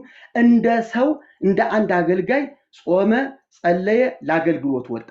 ልክ ይሄ መርህ ነው፣ የአንድ አገልጋይ መርህ ነው። ያንን ነው ኢየሱስ ክርስቶስ ያደረገ። አምላክ ስለሆነ ይሄ ያስፈልገው ነበረ ምናምን፣ ፍጹም ሰው ስለሆነ ደግሞ ያስፈልገዋል። አምላክነቱን ሊጠቀምበት አይደለም የተገለጠው፣ በፍጹም ሰውነት በጸጋ ነው እንደውም ኢየሱስ የተገለጠው። የእግዚአብሔር መንፈስ በእኔ ላይ ነው፣ ለድሆች እንዲህ አደርግ ዘንድ፣ የታሰሩትን ፈታ ዘንድ፣ ነፃነት ሰጥ ዘንድ ቀብቶኛል በማለት እንደ አንድ ነቢይ ነው ኢየሱስ ክርስቶስ ራሱን የገለጠው እንጂ አምላክ ስለሆነ በአምላክነቴ ብሎ አልተናገረም። ስለዚህ በፍጹም ሰውነት መጾም ከሆነ መጸለይ ከሆነ መፍራት መቃተት ከሆነ አድርጎታል። እንደ አንድ አገልጋይ እንደ አንድ ፍጹም ሰው መገለጫዎቹ ሆነዋል። ሁለተኛ ኢየሱስ ክርስቶስ ከጲላጦስ አደባባይ እስከ ቀራንዮ ድረስ የሄደበትን ከንቱ አድርጎታል። ከቤዛነት አግልለዋል። ቀራንዮ ላይ ብቻ ያለችውን ነገር ነው ያደረገ። አዎ ምክንያቱም አንድ በግ ለመስዋዕት ከመንጋው መካከል ሲወሰድ በጉ ተይዞ ታስሮ እየተገረፈ እየተገፋ ነው ከሚያሰወው ቦታ የሚደርሰው። በጉ ትክክለኛ ኃጢአተኛው ሰው እጁን ጭኖበት ካህኑ አርዶት ነው የኃጢአት ስርየት የሚከናወነው። ልክ ኢየሱስም የእግዚአብሔር በግ በራሱ ክህነት ራሱን ኢየሱስ ክርስቶስን ሰውቷል። እዚያ ላይ ነው መስዋዕትና ክህነት የተጠናቀቀው እንጂ ካህን በሌለበት ኢየሱስ ክርስቶስ ከወዲሁ ገና ከዚህ ከታች ጀምሮ መስዋዕት ሆኖ ነበረ የሚል ትምህርት የለም። መስዋዕቱም ክህነቱም እነ ጳውሎስም የገለጹት በዕብራውያን መልእክት ደጋግመው እዚያ ላይ ነው የተከናወነው። ስለዚህ ይሄንንም ቤተክርስቲያኒቱም አልተገነዘበችውም። እዚህ ውስጥ እየተከራከርከኝ ያለው ወንድሜም አላየውም። ሌላው ጥምቀት ቤዛ አይደለም ግን ያድናል እያልክ ነበር ስትሟገተኝ የነበረው። ጥምቀት ያድናል የሚሉ ጥቅሶችን አሳይተኛል። ቤዛ ነው ወይ ስልህ አይ ቤዛማ ብለህ ደግሞ ቤዛነትን ለክርስቶስ ብቻ። ስለዚህ ማዳንና ቤዛነት ምን ማለት ነው? የሚለውን ለማብራራት ጊዜ ጥረት ይሁን ወይም ደግሞ ነገሩ ከብዶህ አልታወቀም፣ ታልፏል። ጸጋ መቀበያ ነው ብለሃል። ጥምቀት የጸጋ መቀበያ አይደለም፣ እምነት ነው የጸጋ መቀበያ። ላመኑት እነዚህ ምልክቶች ይከተሏቸዋል ነው እንጂ ለተጠመቁት የሚል ቃል የለም። ላመኑት እነዚህ ምልክቶች ይከተሏቸዋል። ጴጥሮስ ገና አፉን ከፍቶ እየተናገረ ያለ መንፈስ ቅዱስ ወረደባቸው ነው የሚለው። ከዚያ በኋላ ነው ጥምቀት የመጣው። ሐዋርያው ቅዱስ ጴጥሮስ በሰበከባቸው ቦታዎች፣ ጳውሎስ በሰበከባቸው ቦታዎች የጸጋ ስጦታዎች ከጥምቀት በፊት ሲገለጡ ይታያሉ። ስለዚህ ጥምቀት የጸጋ መቀበያ ነው ያልከው የትኛው ጸጋ? ጌታችን በጳውሎስ መልእክታትም ይሁን በሐዋርያት ሥራ የተገለጡት የጸጋ ስጦታዎች የት ላይ ነው ጥምቀትን ተከትለው የተገለጡት? ስለዚህ ለዚህ እንደው ምንም ማስረጃም የለህም፣ የሌለ ነገር ነው ያመጣው። ይሄ ትክክል አይደለም። ምናልባት ካለህ እንግዲህ እንጃ። ሌላው እንግዲህ እኔ አሁን ወንድሜ እዮባ እና ሌሎቻችሁ ትኩረት እንድትሰጡልኝ የምፈልገው ኢየሱስ ክርስቶስ መድኃኒታችን እግዚአብሔር ውረድ ተወለድ ብሎ ሲልከው በመስቀል ላይ እንዲውል ሲልከው መምጫ መንገዶች አሉት። ሁሉ ነገሩ በፕሮግራም የታጨቀ ነው። ነቢዩ ኢሳይያስ እንኳን አስቀድሞ እንደ አንድ ወንጌላዊ ልክ መከራ ሲቀበል ካጠገብ እንዳለ ሆኖ እንደ ዮሐንስ ወንጌላዊና እንደ እመቤታችን ከእግረ መስቀሉ እንደነበረ ሆኖ ደቀቀ፣ ቆሰለ፣ ተሰቃየ። የእግዚአብሔር ተግሣጽ በእርሱ ላይ ነበረ። ብዙ ነገሮችን ኢሳይያስ 53 ላይ በጣም አምስተኛ ወንጌላዊ ተብሎ እስኪጠቀስ ድረስ ነገረ መስቀሉን በሚገባ በትንቢት መልክ ሳይሆን በአወንታዊ በድርጊታዊ ገልጾታል። አሁን ነቢዩ ኢሳይያስ ከዚያ ላይ ሆኖ ይህንን ሲናገር እዚያ ላይ ቤዛነት ተከናወነ ማለት አይደለም። ሕፃን ተወልዶልናል ብሎ እንደተወለደ አድርጎ ሲናገር እዚያ ላይ ተከናወነ ማለት አይደለም። ሂደት አለው። ተስፋው ገና የሴቲቱ ዘር የእባቡን ራስ ይቀጠቅጣል ተብሎ ዘፍጥረት 3:15 ላይ ሲነገር ተስፋው እየተጠበቀ እየመጣ ነው። ዘመኑ ሲደርስ የዘመኑ ፍጻሜ በደረሰ ጊዜ ግን ይሄ ነገር ተከናወነ። ሰዓት ጨርሰዋል። ቃና ሰዓት ጨርሰዋል። እናመሰግናለን። ምናልባት አሁን የሚቀረው ከእርስዎም ወገን የሚጠይቅ ሰው ገሌ ግባ ብለው ገብቶ ኢዮባን መጠየቅ ይችላል። ከእኛም ወገን ደግሞ እኛ አንዳችንን ጠይቀውታለን ማለት ነው እና እንደዛ አድርገን ያልቃል። ፈቃደኛ ከሆናችሁ ትስማማላችሁ? ቃና ይስማማሉ? እኔ እሱ የሚያስገባው ሰው ካለ ያስገባ። እኔ እገሌ የምለው ሰው እንግዲህ እዚህ ውስጥ እዚህ እንትኑ ኮሜንታተሩ ወይም ደግሞ ሞዴሬተሩ እኔ ስላልሆንሁኝ እዚያ ውስጥ ያለውን ሰው እመለየው የማውቀው ሰው ስለሌለኝ ችግር የለውም። እኔ ያስገባለሁት አለው። ምናልባት አይ ይኸውልህ ጴንጤ ፕሮቴስታንት ከሆነ እንደ ፕሮቴስታንት አቋም ሊናገር ስለሚችል በእኔ ፋንታ ልታስገባው አትችልም። በጥምቀት ዙሪያ ላይ ይችላል። ችግር የለውም። በጥምቀት ዙሪያ ላይ ተመሳይ ትምህርት የላችሁም ማለት ነው ከአብዛኞቹ ፕሮቴስታንቶች ጋር? አላውቅም፣ የእነሱን አላውቅም። ስለ ራሴ ነው እየተናገርኩ የዋልኩት፣ ስለ ራሴ ስለ ተሐድሶ ነው። ከእነሱ ጋር የሚመሳሰል ቢኖር አሁን እኮ ከኦርቶዶክስ ጋር ፕሮቴስታንት የሚመሳሰልበት አለው፣ የሚለያይበትም አለ። በልዩነቱ ነው ልዩነት ያለው። ስለዚህ ወይ ካልሆነ እርስዎን መጠየቅ ይችላሉ ማለት ነው። እንደዛ ከሆነ በሀሳብ ግን የቃናን ትምህርት የምትስማሙ ካላችሁ አይ ቲንክ ከስር ተሐድሶችን እያየሁ ነበረ ቃና እና እንደዛ አይነት ለምሳሌ ማን አንድ ቁጥር ሊጽፉልኝ ይችላሉ። ለምሳሌ ካሉ ወጥተው ካልሆነ ስም እንዳልሳሳት ደቂቀ እስጢፋኖስ የሚል አይቻለሁ መሰል፣ አንድ ተሐድሶ የሚልም አይቻለሁ። አይ ካላችሁ አንድ ቁጥር ጻፉ፣ አንድ ቦታ እንልቀቅላችሁና ግቡ። አይ አሪፍ ነው እየገለጹት ያለው ጥሩ ነው እንደዚህ የሚሉ አንድ ሁለት ልጆች አይቼ ነበር፣ አንድ ሁለት ሰዎች። አይ እነሱ ምናልባት ከሌላ ቤተ እምነትም የሆኑ ነገር ግን ሀሳቡ የተመቻቸው ሊሆኑ ይችላሉ። ሜቢ የእርስዎን ትምህርት አብዛኛው ሰው አይቀበልም ማለት ነው እንዴ? እንደዛ መሰለኝ አሁን ሲነግሩኝ። ስለዚህ እንደዚህ እናድርግ። አንድ ሁለት ሰው ኦርቶዶክስም እኮ ማዕት የሚቀበለኝ ያለ ፈርቶ ካልሆነ በስተቀር ችግር የለም። ብየው አቀጥል እስቲ። ምን? እሺ በቃ እናንተ የምትጠይቁ ጠይቁና እሳቸው እኔን ይጠይቁኛ። እንግዲህ ሰው ስለሌለ በዛም ጥሩ። እውነት ለመናገር ጥያቄዎች እኔም አሉኝ አዋይ ሆኜ የቆየው ቢሆንም ግን ሜቢ አንድ ብዙ ጥያቄ ነው ያለኝ 1 4 5 6 እንዴት እናድርግ? ቤተ ማርያም ማይካነሱበት ያመነ የተጠመቀ ተብሏል። ነገር ግን ሳያምን ስለማይጠመቅ ያላመነ ደግሞ አይድንም ብሎታል። ስለዚህ ጥያቄ እንዴት መሰለዎት? አንዴ ቆይ ጥያቄ እንደው እዚህ ላይ ብቻ ልጨርስ ሆነ ማርቆስ ላይ ያመነ አይጠመቀ ይድናል ያለው ጌታ ነው አይደለ? እርስዎ ደግሞ ያመነ ብቻ ነው የሚድነው አሉ። ሁለቱ ይጋጫላ። ያመነ አይጠመቀ ያላመነ ግን ስለሚል እዚያ ላይ ለይቶ ነጥሎ ነግሮናል እንዴ። ጥሩ እሺ፣ አንተ እኮ አብራርተዋል። ችግር የለውም በቃ እሺ። ለእንትን እንተው፣ ለምዕመናን እንተው። ክርስቶስን ያለበሰ ሰው የዳነ ነው ያልዳነ? ሲጀመር ክርስቶስ ሳያምን እንዴት ክርስቶስን መልበስ ይችላል? ድኖ ነው እንጂ። ጥያቄው ግን ክርስቶስን የለበሰ ሰው እሺ፣ ክርስቶስን ያለበሰ ሰው ልበለው፣ ክርስቶስን ያለበሰ ሰው የዳነ ነው ያልዳነ? አልገባኝም ጥያቄህ። ሳያምን ክርስቶስን መልበስ አዲሱ ልብሳችን ክርስቶስ ነው ይላል አይደል? አምነህ ነዋ። አምነህ ክርስቶስን ትለብሳለህ፣ የእግዚአብሔር ልጅ ትሆናለህ፣ ደህንነት ታገኛለህ። ያኔ ክርስቶስ በአንተ ህይወት ይኖራል። ስለዚህ አሁን ክርስቶስን ያለበሰ ሰው ይውሰዱና ይሄ ክርስቶስን ያለበሰ ሰው ነው ያለበሰ ሰው የዳነ ነው ያልዳነ? ክርስቶስን ያለበሰ ያልዳነ ነው። እንዴት ይድናል? ክርስቶስን ያለበሰ ያልዳነ ነው። ገላትያ ምዕራፍ 3 ቁጥር 27 ላይ ደግሞ የተጠመቃችሁ ሁሉ ክርስቶስን ለብሳችሁታል ይላል። ስለዚህ ክርስቶስን የለበሳችሁት የተጠመቃችሁ ናችሁ ስላለ ያልተጠመቃችሁ ክርስቶስን አልለበሳችሁትም፣ ያ ማለት ያልተጠመቃችሁ አልዳናችሁም እያለ ነው። አንድ ነገር በኦርቶዶክስ ቤተክርስቲያን አውድና በመጽሐፍ ቅዱስ አውድ ያለውን የጥምቀት አካሄድ አልተረዳኸውም። ክርስቶስ በጥምቀት ክርስቶስን ለብሳችሁታል ሲል በሞቱ ተባብራችኋል፣ ክርስቶስን መስላችኋል የሚል አውድ ነው ያለው በመጽሐፍ ቅዱስ። ችግር የለውም። እሺ ቆይ ችግር የለውም። በቃ እሺ ይሄንኛውንም እንለፈውና ከነ ኃጢአቱ ያለ ሰው የዳነ ነው ያልዳነ ነው? የቅድሞ አንድ ደቂቃ ልጠቀም አትፈቅዱልኛል? ከነ ኃጢአቱ ያለ ሰው የኃጢአት ስርየት ያላገኘ ሰው የዳነ ሰው ነው ያልዳነ ሰው ነው? እንጂ ከእምነት ውጭ ስላለ ሰው ነው የምታወራኝ ወይስ በእምነት ውስጥ ያለ ሰው? ከእምነት ገና ያላመነ ሆኖ ግን ከነ ኃጢአቱ ነው ማለትም ገና ወንጌል መስበክ ያለብን ሰው ነው። ያላመነ ሰው ነው አምኖም ሊሆን ይችላል። ያላመነ ሰው ኃጢአት ሰራም አልሰራም ምንም አለም እሺ እንዲህ ላድርገው ጥያቄውን። ቆይ እሺ ላሻሽለው ጥያቄውን።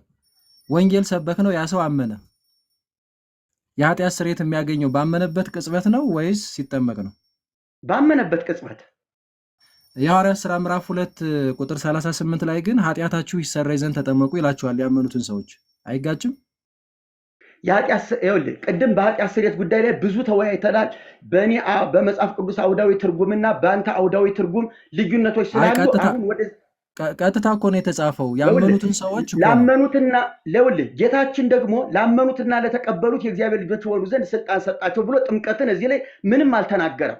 እኔ እኮ ጥያቄው እንዴት መሰሎት? ያመኑትን ሰዎች ነው ኃጢአታችሁ ይሰረይ ዘንድ ተጠመቁ ያላቸው። ኃጢአታችሁ ስለተሰረየ ቢላቸው የእርስዎ ትምህርት ትክክል ይሆን ነበር። አመኑ። እነዚህ ሰዎች በጴጥሮስ ጥምቀት ስብከት አመኑ።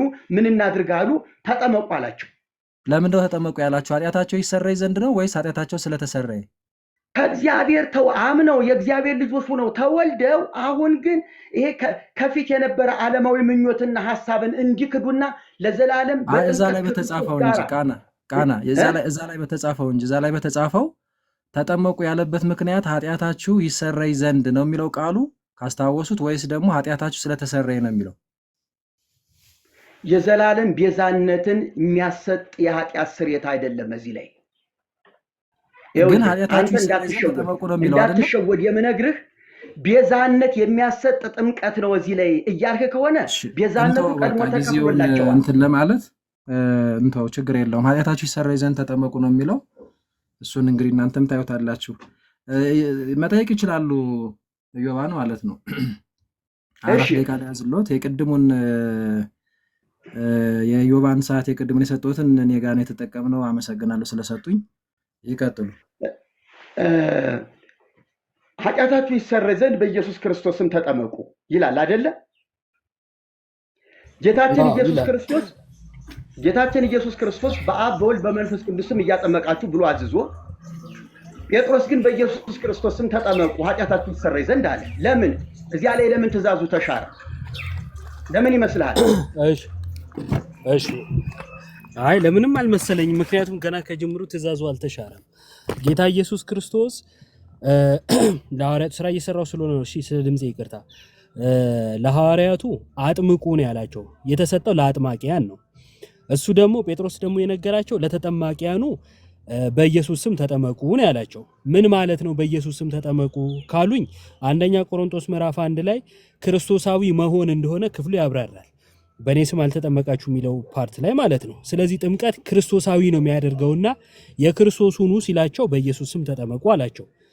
ጌታ ኢየሱስ ክርስቶስ ደግሞ ለሐዋርያቱ በአብ በወልድ በመንፈስ ቅዱስ ስም አጥምቁ ሲል ልጅነትን የማንን ልጅነት እንደምናገኝ ስለሚያሳይ ክፍሉ በአንዲት ስልጣን በአብ በወልድ በመንፈስ ቅዱስ የእግዚአብሔር ልጅ መሆኛውን ነገራቸው ማለት ነው። ለአጥማቂያንና ለተጠማቂያን የተሰጠ ትእዛዝ ነው። ሁለቱ አይጋጭም። ተደበላልቆብሃል። ግን እሺ ወደ ሌላው ጥያቄ ሄዳለሁ። እዚህ ላይ ተደበላልቆብሃል። እዚያ የታዘዙትን ነው መፈጸም ያለባቸው። ስላልገባሁት ይሆናል የተደባለቀ መሰለኝ። አሁን እሺ ጴጥሮስ ኃጢአታችሁ ይሰረይ ዘንድ ብሎ በጥምቀት የኃጢአት ስርየት እንደሚገኝ ተናገረ እያልከኝ ነው። ከቤዛነት ጋር ተደምሮ ነው የሚያድነው ወይስ ጥምቀት ብቻውን በራሱ ሰዎች በመጠመቃቸው ራሳቸው አክሽን በመውሰዳቸው ቤዛነትን ያገኛሉ ማለት ነው? እሺ አሁን የጠየቁኝ ጥያቄ እርሶ ጋር የተፈጠረው ስሜት እንደሆነ ስለተረዳው ላስረዳዎት። ጥምቀት ያው ጌታ ቅድም ያብራራሁት ነው የምደግምሎት ማለት ነው። ጌታ ኢየሱስ ክርስቶስ የሰራልን የመስቀል ስራ ቤዛነት አለ። ይህ ቤዛነት የእኛን በደል እርሱ ተሸክሞ ከዛን እኛን የእግዚአብሔር ልጆች የሚያደርግ ነው። ይሄንን እንዴት ነው የምናገኘው ነው? አዩ ሰው አቶት የነበረውን የእግዚአብሔር ልጅነት የእግዚአብሔር ልጅ አንድያ የእግዚአብሔር ልጅ ሰው ሆነና ሰዎችን የእግዚአብሔር ልጆች እንዲሆኑ አደረጋቸው። ታዲያ እንዴት ነው የእግዚአብሔር ልጅነት የሚገኘው? እንዴት ነው የኃጢአት ስርየት የሚገኘው? እንዴት ነው ክርስቶሳዊ መሆን የሚገኘው የሚለውን ደግሞ ጌታ ሲናገር በማቴዎስ ወንጌል በዮሐንስ ወንጌል ምዕራፍ 3 ላይ ሰው ዳግመኛ ከውሃና ከመንፈስ ካልተወለደ በቀር ወደ እግዚአብሔር መንግስት ሊገባ አይችልም ማለት። ስለዚህ ያ በመስቀል የተደረገውን ቤዛነት የምናገኘው በሚስጥራቱ በኩል ነው። በጥምቀት ክርስቶሳዊ እንሆናለን። ያ ቤዛነት የሚሰራው እኛ ላይ ስንጠመቅ ነው። ያንን ቤዛነት መቀበያ ነው ማለት ነው። ስለዚህ እስክንጠመቅ ቤዛነቱ አይሰራም። አዎ ሳንጠመቅ እንዴት ቤዛነት እናገኛለን? ያላመነ ያልተጠመቀ ሲጀመር እኮ አሕዛብ ከመባል ውጪ አይደለም። ኢየሱስ በመጠመቅ ቤዛነት ሰጥቶናል። እኛ በመጠመቅ ፍጹም እናደርገዋለን ማለት ኢየሱስ በመጠመቅ ማለት እኛ በመጠመቅ ኢየሱስ በቤዛነቱ አዳነን። እስከ የት ድረስ ስንት ፐርሰንት እንደሄደልን አናውቅም። እኛ ደግሞ በመጠመቅ እንፈጽመዋለን። ኖ እንደዛ አይደለም። በክርስቶስ እኔ ነኝ እኮ የምናገረው የኔንም ነው። ከባድ ነው የውሎት። እንደዛ አይደለም። ክርስቶስ የሰራልን የማዳን ስራ ምንም እንከን የሌለው ማንም ሊጨምርበት የማይችል ፍጹም የሆነ ስራ ነው። ክርስቶስ የሰራውን ስራ መስራት የሚችልና እሱ ላይ መጨመር የሚችል ካለማ ክርስቶስ ሰው ባልሆነ ነበር፣ ስለኛ ባልሞተ ነበር፣ እዚሁ ያለ አንድ ሰው በሰራልን ነበር። አይደለም። ክርስቶስ የፈጸመውን ማንም ሊሰራው አይችልም። ክርስቶስ ፍጹም የሆነውን የማዳን ስራ ሰርቶልናል፣ ተጨማሪ አይደለም። ያ ክርስቶስ ፍጹም አድርጎ የሰራውን ስራ መቀበያ ነው። ይኸውልዎት ለምሳሌ ቅድም ምን አሉ መሰሉት? እርሶ ባሉት እንደው ከተረዱት ማለት ነው። ጸጋው የምንቀበለው በእምነት ነው አሉ።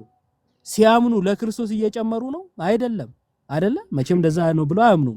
እንደዛ ካላመኑ እርሶ ሲያምኑ ለክርስቶስ እየጨመሩ ካልሆነ እኔ ስጠመቅ ለምንድን ነው ለክርስቶስ የሚጨምር የመሰሉት? ስለዚህ ስህተት ነው። መቀበያ እንጂ መጨመር አይደለም። እሺ ይቀጥሉ። ጥምቀት ጸጋ መቀበያ ነው ብለሃልና እንዴት ነው ጸጋ የምንቀበልበት ማስረጃ አለህ? አዎ በሮሜ ምዕራፍ 6 ላይ ከክርስቶስ ጋር በሞቱና በትንሳኤው የምንመስልበት እንደሆነ ይናገራል። የተጠመቃችሁላችሁ ክርስቶስን ምን ብላችሁታል? ለብሳችሁታል። ገላትያ ላይ ይህን ይናገራል። ስለዚህ ጥምቀት ክርስቶስ በመስቀል ላይ ያደረገልንን ያንን ቤዛነት መቀበያ መሆኑን የምናውቀው በሞትና በትንሳኤው የምንመስልበት ወይም አንድ የምንሆንበት እንደሆነ ስለተነገረን ነው። አልሄደም መልሶ አልተመለሰልኝም። እርሶ ውስጥ ያለውን ልመልስ አልችልም። ቃና እርሶ ውስጥ ያለውን ሳይሆን እንደ መጽሐፍ ቅዱስማ ይኸውልህ፣ ለምሳሌ መጽሐፍ ቅዱስ ላይ ያለውን ሐሳብ የተረዱበት መንገድ ይኸውልህ አለ፣ የእርሶ መንገድ ጸጋ ማለት ነው። ማለት ቆይ ጸጋ አንዴ ማለት ሰዓቶትን ስለጨረሱ ምን አንዴ ላብራራለሁ። ሰዓቶትን ጨርሰዋል የጥያቄዎትን። በዚሁ መቀጠልህ ነው። እሺ በቃ ጨረስኩሽ። እሺ ጨርሻለሁ። ይበቃቸዋል። ሰላማዊ እንዲሆን አሪፍ ነው። ምናልባት የተጠያየቅንም መቀጠል እንችላለን። ባይዞ ከቃና ጋር እነ ቤተ ማርያምም ተም የሚኖረዋል ጥያቄ የሚኖረኛል። ሳሊ ዲያቆንም አለ ሊቀ ጉባኤም እሳቸውም እየጠየቁ ምናምን የመለስን እዛው ረጋ ብለን እንደዛ ከሆነ እኔ አንድ ጥያቄ ይፈቀድልኛል። እኔም አንድ ጥያቄ ይፈቀድልኛል። እንደዛም ብናደርግ አሪፍ ነው። እሱም ጊዜ እየጠየቁ ካለማ እሱ ጥያቄውን ለምን አይጨርስልኝም? እሱ እኮ እኔ እኮ ሰዓቱን ጨርሰው ነው። እሺ ይጠይቋ። ሰዓቱን ስለጨረሱ ነው እንጂ በኋላ በራሴ ጊዜ እንደዛ እናደርገዋለን። እንደዛ አድርገ ነው እንትን ይላሉ። ቤተ ማርያም እድል እንስጣቸው መሰለኝ። እና ስንት ጥያቄ ነው ያለሁት? ቤተ ማርያም አንድ ጥያቄ ብቻ ነው ልጠይቃቸውና እናንተ ትቀጥላላችሁ። እኔ ኦኬ እሺ። ስለዚህ 5 ደቂቃ እናድርገውና ከዛ እሳቸው ጠይቀውና 5 ደቂቃ ኢዮባ ደግሞ ይጠይቃል። በዛ መሀል ማለት አሁን ኢዮባ አብረህ ትጠይቃለህ ቤተ ማርያም እንደጨረሱ ኢዮባ ይጨምርበታል። ኢዮባ ጥያቄ ላይ ነው የምቀጥለውና ለሳቸው ቀጥሉሽ። እሺ ሌላ ጥያቄ አልጠይቀውትም፣ እዚሁ ላይ ነው የምጠይቀውት። ምናልባት እንደው የጥምቀት ጥላ ትምህርት ምንድን ነው ለእርሶ? ምንም ጥላ የለውም። ጥምቀት ቀድሞ የተሰጠ ትምህርት ምሳሌ የለውም። ምናልባት ቅድም ለኢዮባ ሲጠይቁት ሙሴ ነሐሱን እባብ በምድረ በዳ ሰቀለ፣ ያ የነሐሱ እባብ የክርስቶስ ኢየሱስ ምሳሌ ነው ብለው ጠቅሰው ሲናገሩ ሰምተናል። ምናልባት ጥምቀትን ከቤዛነት ጋር አያይዘው ደጋግመው ሲጠይቁ ስለነበረ ጥምቀት ምሳሌ ትምህርት የለውም አልነበረውም? ጥላ ትምህርት በብሉይ ኪዳን አልተሰጠም? የተሳሳተ ጥቅስ ሊቀራረብ የማይችል ካልተጠቀሰ በስተቀር ውሃን ከውሃ ጋር ለማጋጨት የለውም። በጣም ጥሩ። ሐዋርያው ቅዱስ ጳውሎስ ግን ጥምቀት ምንድነው ግዝረት በጥምቀት እንደተተካ ይናገራል። እና ለአብርሃም ተሰጥቶ የነበረው ኪዳን ምንድን ነው ያደርግ የነበረው? ምትክ የሚል ነገር የለውም። ምትክ እስኪ የሚል ያውጡና ያሳዩኝ። አሳየውታለሁ። አይ ምናልባት ግዝረት ለምሳሌ እንደ ጥምቀቱ ነው ያገለግል አልነበረም? አያገለግልም። ራሱን የቻለ ሌላ ኪዳን ነው። ኦኬ። መጽሐፍ ቅዱስ ላይ አብርሃም በሰውነቱ ግዝረትን ተሸክሟል አይደል? አዎ። የተገዘሩ ሰዎች ምንድን ነበር የሚሆኑት? የተስፋው ቃል አባል ይሆናሉ። የአብርሃም ልጆች ይባላሉ። አዎ። ስለዚህ ግዝረት በጥምቀት አልተተካም። ምትክ የሚል ቃል ያውጡልኝና ያንብቡ። እሺ ኢዮባ ታነብላችኋለህ። በጣም ሁለተኛውን ጥያቄ ልጠይቀውት ይውጣና እንየውና ወደ ሁለተኛው ሄደን ማውጥቼ ሊው ቆይ ጥያቄ ሊጨርስ ልጠይቀውትና ባይደራረብ እሱ ያብራራሉ። ግድ የለም። ለምሳሌ የጌታችን የኢየሱስ ክርስቶስ መስዋዕትነት ወይም ደግሞ መስዋዕት መሆን ጥላ ትምህርት እንዳለው ሲጠቅሱ ነበር አይደል? አዎ። እሺ የመስዋዕቱ ምትክ ምንድን ነው በአዲስ ኪዳን? እነዚያ የእንስሳ መስዋዕት ነበራቸው። ክርስቶስ ግን አማናዊ መስዋዕት ነው። ኦኬ። ስለዚህ ያ በመቅደስ ይደረግ የነበረው መስዋዕት ጥላ ሆኖ አገልግሏል። አዎ ኦሪት ሰመርሃተነ ለኀበ ክርስቶስ ስለሚል ልክ ነው። መልካም። እሺ ኢዮባ ቀጥል። ግዝረት በጥምቀት እንደተተካ ጥቀስና ሐሳብህን ቀጥል።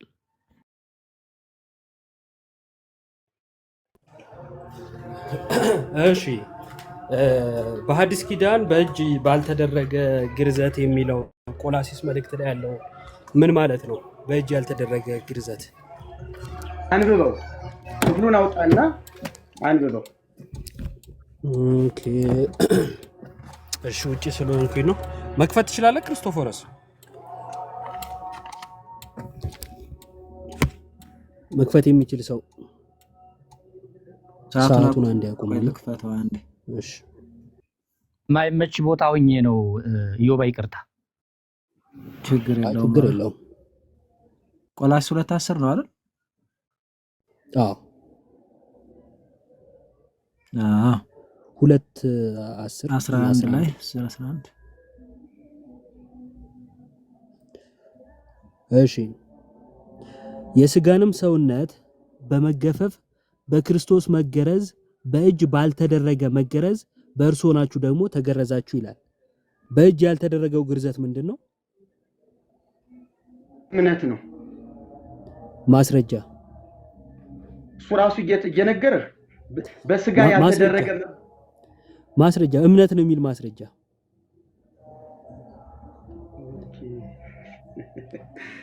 ይኸውልህ ጣራ ላይ አይገኙም እኮ ይኸውልህ ማስረጃ አለዎት? አዳምጠኝ።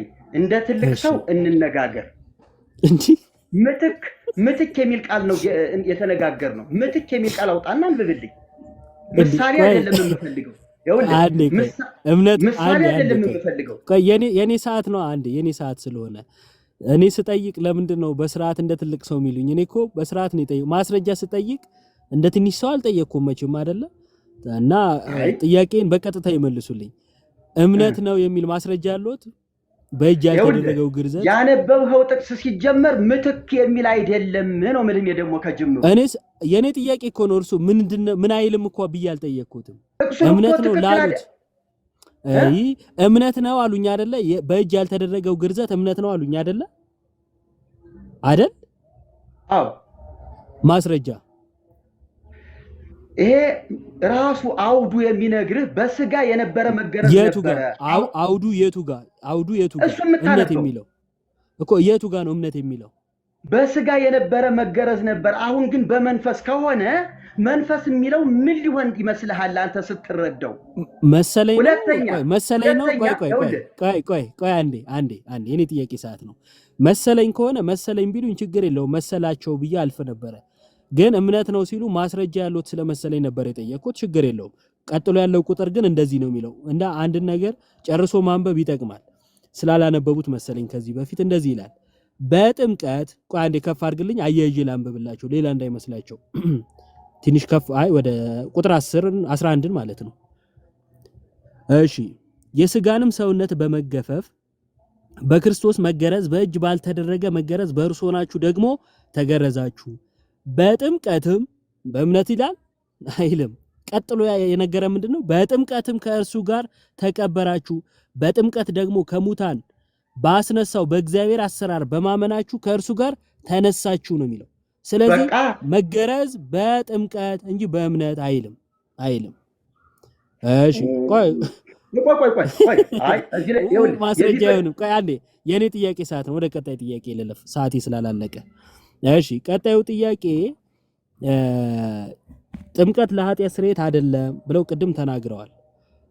የሐዋርያት ሥራ ምዕራፍ 22ን በዛው አውጣልኝ ክርስቶፎረስ። የሐዋርያት ሥራ ምዕራፍ 22 ቁጥር 16ን አንድ ያነቡልኛል እርሶ? አንሙት። እኔ ስራ እየሰራሁ ነው እንዴ? መጽሐፍ ቅዱስ ላይ እየተወያየን ሌላ ስራ። እሺ እየሰማሁህ ነው እንዴ? ስራዬን አልሰራም እንዴ? እሺ አይ ባለ ብዙ ጸጋ ነው። እየተወያዩም ሌላ ነገር ይሰራሉ። ደስ ይላል። እኔ ካንተ ጋር ነኝ። ያንተን ነገር ነው የምመዘግበው። እሺ ይመዝግቡ። እንደዚህ ይላል ቁጥር 16 አሁንስ ለምን ትዘገያለህ? ተነሳና ስሙን እየጠራ ተጠመቅ፣ ከኃጢአትህም ታጠብ አለው። መቼ ነው ያመነው? ሳኦል መቼ ነው ያመነው? መብረቁ የወረደበት ጊዜ። እሺ በደማስቆ መንገድ ማለት ነው። ከ3 ቀን በፊት አይደል? አዎ። የኃጢአት ስርየት አግኝቷል ባመነ ጊዜ። ምን ልታዘዝ ባለ ጊዜ ጌታን ተቀብሎ ልጅነትን አግኝቶ ነው ወደ ጥምቀት የሄደው። ልጅነትን ያገኘው የኃጢአት ስርየት አግኝቶ ነው? በእምነት ነው ያገኘው እኮ። ስለዚህ በደማስቆ መንገድ ሲያምን የኃጢአት ስርየት አገኘው ወይስ አላገኘው? ይኸውልህ በእምነት አመነና ዳነ። በቃ ደንን የዘላለም አገኘ። የኃጢአት ስርየትን ባመነ ቅጽበት አግኝቶታል ወይስ አላገኘውም? የኃጢአት ስርየት እስካሁን ባደረጋቸው ጥፋቶችና ስህተቶች ይቅርታ ጠይቆ በመታጠብ የሚያገኘው የኃጢአት መንጻት ነው። እሱ ደህንነት የዘላለም ቤዛነት አይደለም እኮ። የኃጢአት ስርየት ያገኘው በደማስቆ መንገድ ላይ ነው ወይ ነው? ምን አይደለም ብያልጠየቅኩትም የሆነው ነው። አዳዲስ ሰዎች እየተፈጠራችሁ ጥያቄውን እንደገና እንትን አይደለም። አንዴ ቆይ እንዴ! ለምን የኔ ጥያቄ ሰዓት ላይ እንዲሆን አይጠበቅበትም? እኔ በስርዓት ነው የተጠየቅኩት። ቅድም እየተጠየቅኩ አይደል እንዴ? እኮ እኔም በስርዓት ተጠይቄ እኮ ነው የጠየቅኩት እንጂ እኮ ውለታ እየዋሉልኝ አይደለም አይደል? እርሶም እየጠየቁ እኔም እየጠየቅኩት ነው። ሶ በስርዓቱ እንደጀመርነው እንጨርስ። ቆይ አንዴ እንደ አዲስ የኃጢአት ስርየት እንደ አዲስ አልመጣውም። አንዴ የኃጢአት ስርየት ያገኘው በደማስቆ መንገድ ነው ወይስ አይደለም? በደማስቆ መንገድ ምን ላደርግ ትወዳለህ ብሎ ባለ ጊዜ አመነ፣ የዘላለም ሕይወት አገኘ። የኃጢአት ስርየትስ አታስጨርስም አንተ። አራስ ጨርሳለሁ። ተው። የኃጢአት ስርየትስ አገኘ አላገኘም? እኔ ጠየቅኩት የኃጢአት ስርየት ብዬ ነው። እኔ ጠየቅኩትን ላለመመለስ እየሄዱ ስለሆነ ነው። የኃጢአት ስርየት ነው ጥያቄ። የኃጢአት ስርየት አገኘ። ይኸውልህ አንዴ ደቂቃም ስለጨረሳችሁ ስለሆነ ቀጥታ ጥያቄውን ብቻ ዳይሬክትሊ መልሱለት። ጳውሎስ የኃጢአት ስርየት ያገኘው ያኔ ባገኘው አላገኘም ነው ጥያቄው። ደማስቆ ላይ የዘላለም ሕይወት አገኘ፣ የኃጢአት ስርየትን ሲጠመቅ አገኘ። እሺ በጣም ጥሩ። ስለዚህ ሰው ባመነ ቅጽበት የኃጢአት ስርየት ሳያገኝ የዘላለም ሕይወትን አግኝቶ ከ3 ቀን በኋላ ነው የኃጢአት ስርየት ያገኘው ማለት ነው። ሰው ከነ ኃጢአቱ የዘላለም ሕይወት ያገኛል እያሉኝ ነው። አንድ ሰው እኮ አምኖ ንስሐ ይገባል ስለነበረበት ስለቆየበት በደሉ። ስለዚህ ሰው ከነ ኃጢአቱ የዘላለም ሕይወት ያገኛል አያገኝም? ካመነ ያገኛል። ከነ ኃጢአቱ ማለት ነው አይደል? ኃጢአት እያለበት ይኸውልህ ልጅነትን ሲቀበል እኮ ተቀብያለሁ ከነ ድካም። ጌታ እኮ ኑ ሸክማችሁ የከበደን ያሳርፋችኋለሁ ሲል እኮ ኃጢአት ከወዲያ ቀርቶ ንጹህ ሰው አይደለም የሄደለት። ከነ ኃጢአታችን እኮ ነው የተቀበለ። ከነ ኃጢአቱ የዘላለም ሕይወት አገኘ ወይ? ከነ ኃጢአቱ ማለት ነው። ስለዚህ አዲስ ትምህርት እያገኘን ነው ጋይስ። ሰው ከነ ኃጢአቱ ስርየት ሳያገኝ ማለት ነው የዘላለም ሕይወት ያገኛል። ስለዚህ መዳን ከኃጢአት ሳይሆን ከምንድን ነው ማለት ነው? ከነ ኃጢአት ሆኖ የዘላለም ሕይወት ከማግኘት ነው ብሎ ማንም የሚገራርሙ ትምህርቶች እየሰማን ነው። ይበቃቸዋል። ኢዮብ እሳቸው ይጠይቁ። እሺ ጠይቁ። ፍርዱን ለተመልካችን ተው። ያው የሰማነውን ሰምተናል። ግራና ቀኙን ማለት ነው ይጠይቁ። ቆይ እንትኑን ዘግቼው ነው እንዴ? እሺ አንዴ ኢዮባ ይጠይቁ አይደል? አንተን ወይስ እኛን መልስላችሁ? አላህ ይጠይቁ፣ ችግር የለውም። እኛ እድል ስናገኝ እንጠይቃለን።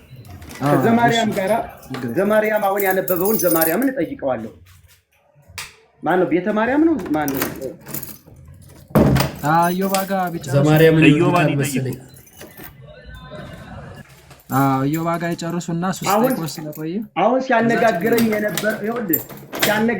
የነበረ ሰው ማን ነው? ዘማርያም አይደል? ኢዮባ ነው። አሁን ያው ኢዮብ ዘሚካኤል ነው አይደለም? ቅድም መሀል ላይ ገባው ነው ቤተ ማርያምን ነው። አይ ተወያዩ እኔ ስለሆንኩ የምጠየቀው እኔ ነኝ። እሺ እነሱ ተጠያቂ አይደሉም። ስለዚህ ከምትፈራው ላይ ትሸሻለህ። ጠይቁኝ እያልኩ ነው የሚሸሻው ማለት ነው። ጠይቁኝ እኮ ነው ያልኩት። እንዴት ነው አሁን እኛ እርሶ የጠየቅነው ከእርሶ ጎራ ሰው ስላልመጣ ነው።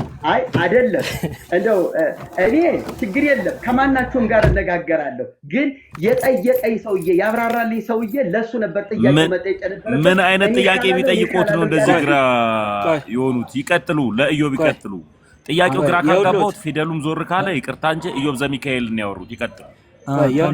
እኔና እርሶ ተወያይ ነን እና እነሱ ጥያቄ ያላቸው ለኛ እየጠየቁ ነበረ። በእርሶ በኩል የሚጠይቅ ሰው ስለሌለ ራስዎት ጠይቁ፣ በእኔ በኩል ደግሞ ወንድሞቼ ይጠይቁ ብዬ ነው እና የምጠየቀው እኔ ነኝ። በእርሶም በኩል ሌላ ሰው መጥቶ ቢጠይቅ እንኳን ያ ሰው አይጠየቅም፣ ጠያቂ ነው። እርሶ ኖት የሚጠየቁት፣ ለዛ ነው። እሺ ስለዚህ ጠይቁ ነው። እኔ ጠይቁኝ ያልኩት እንዴት ነው ፈራ የሚሉት? ችግር የለውም ቀጥሉ።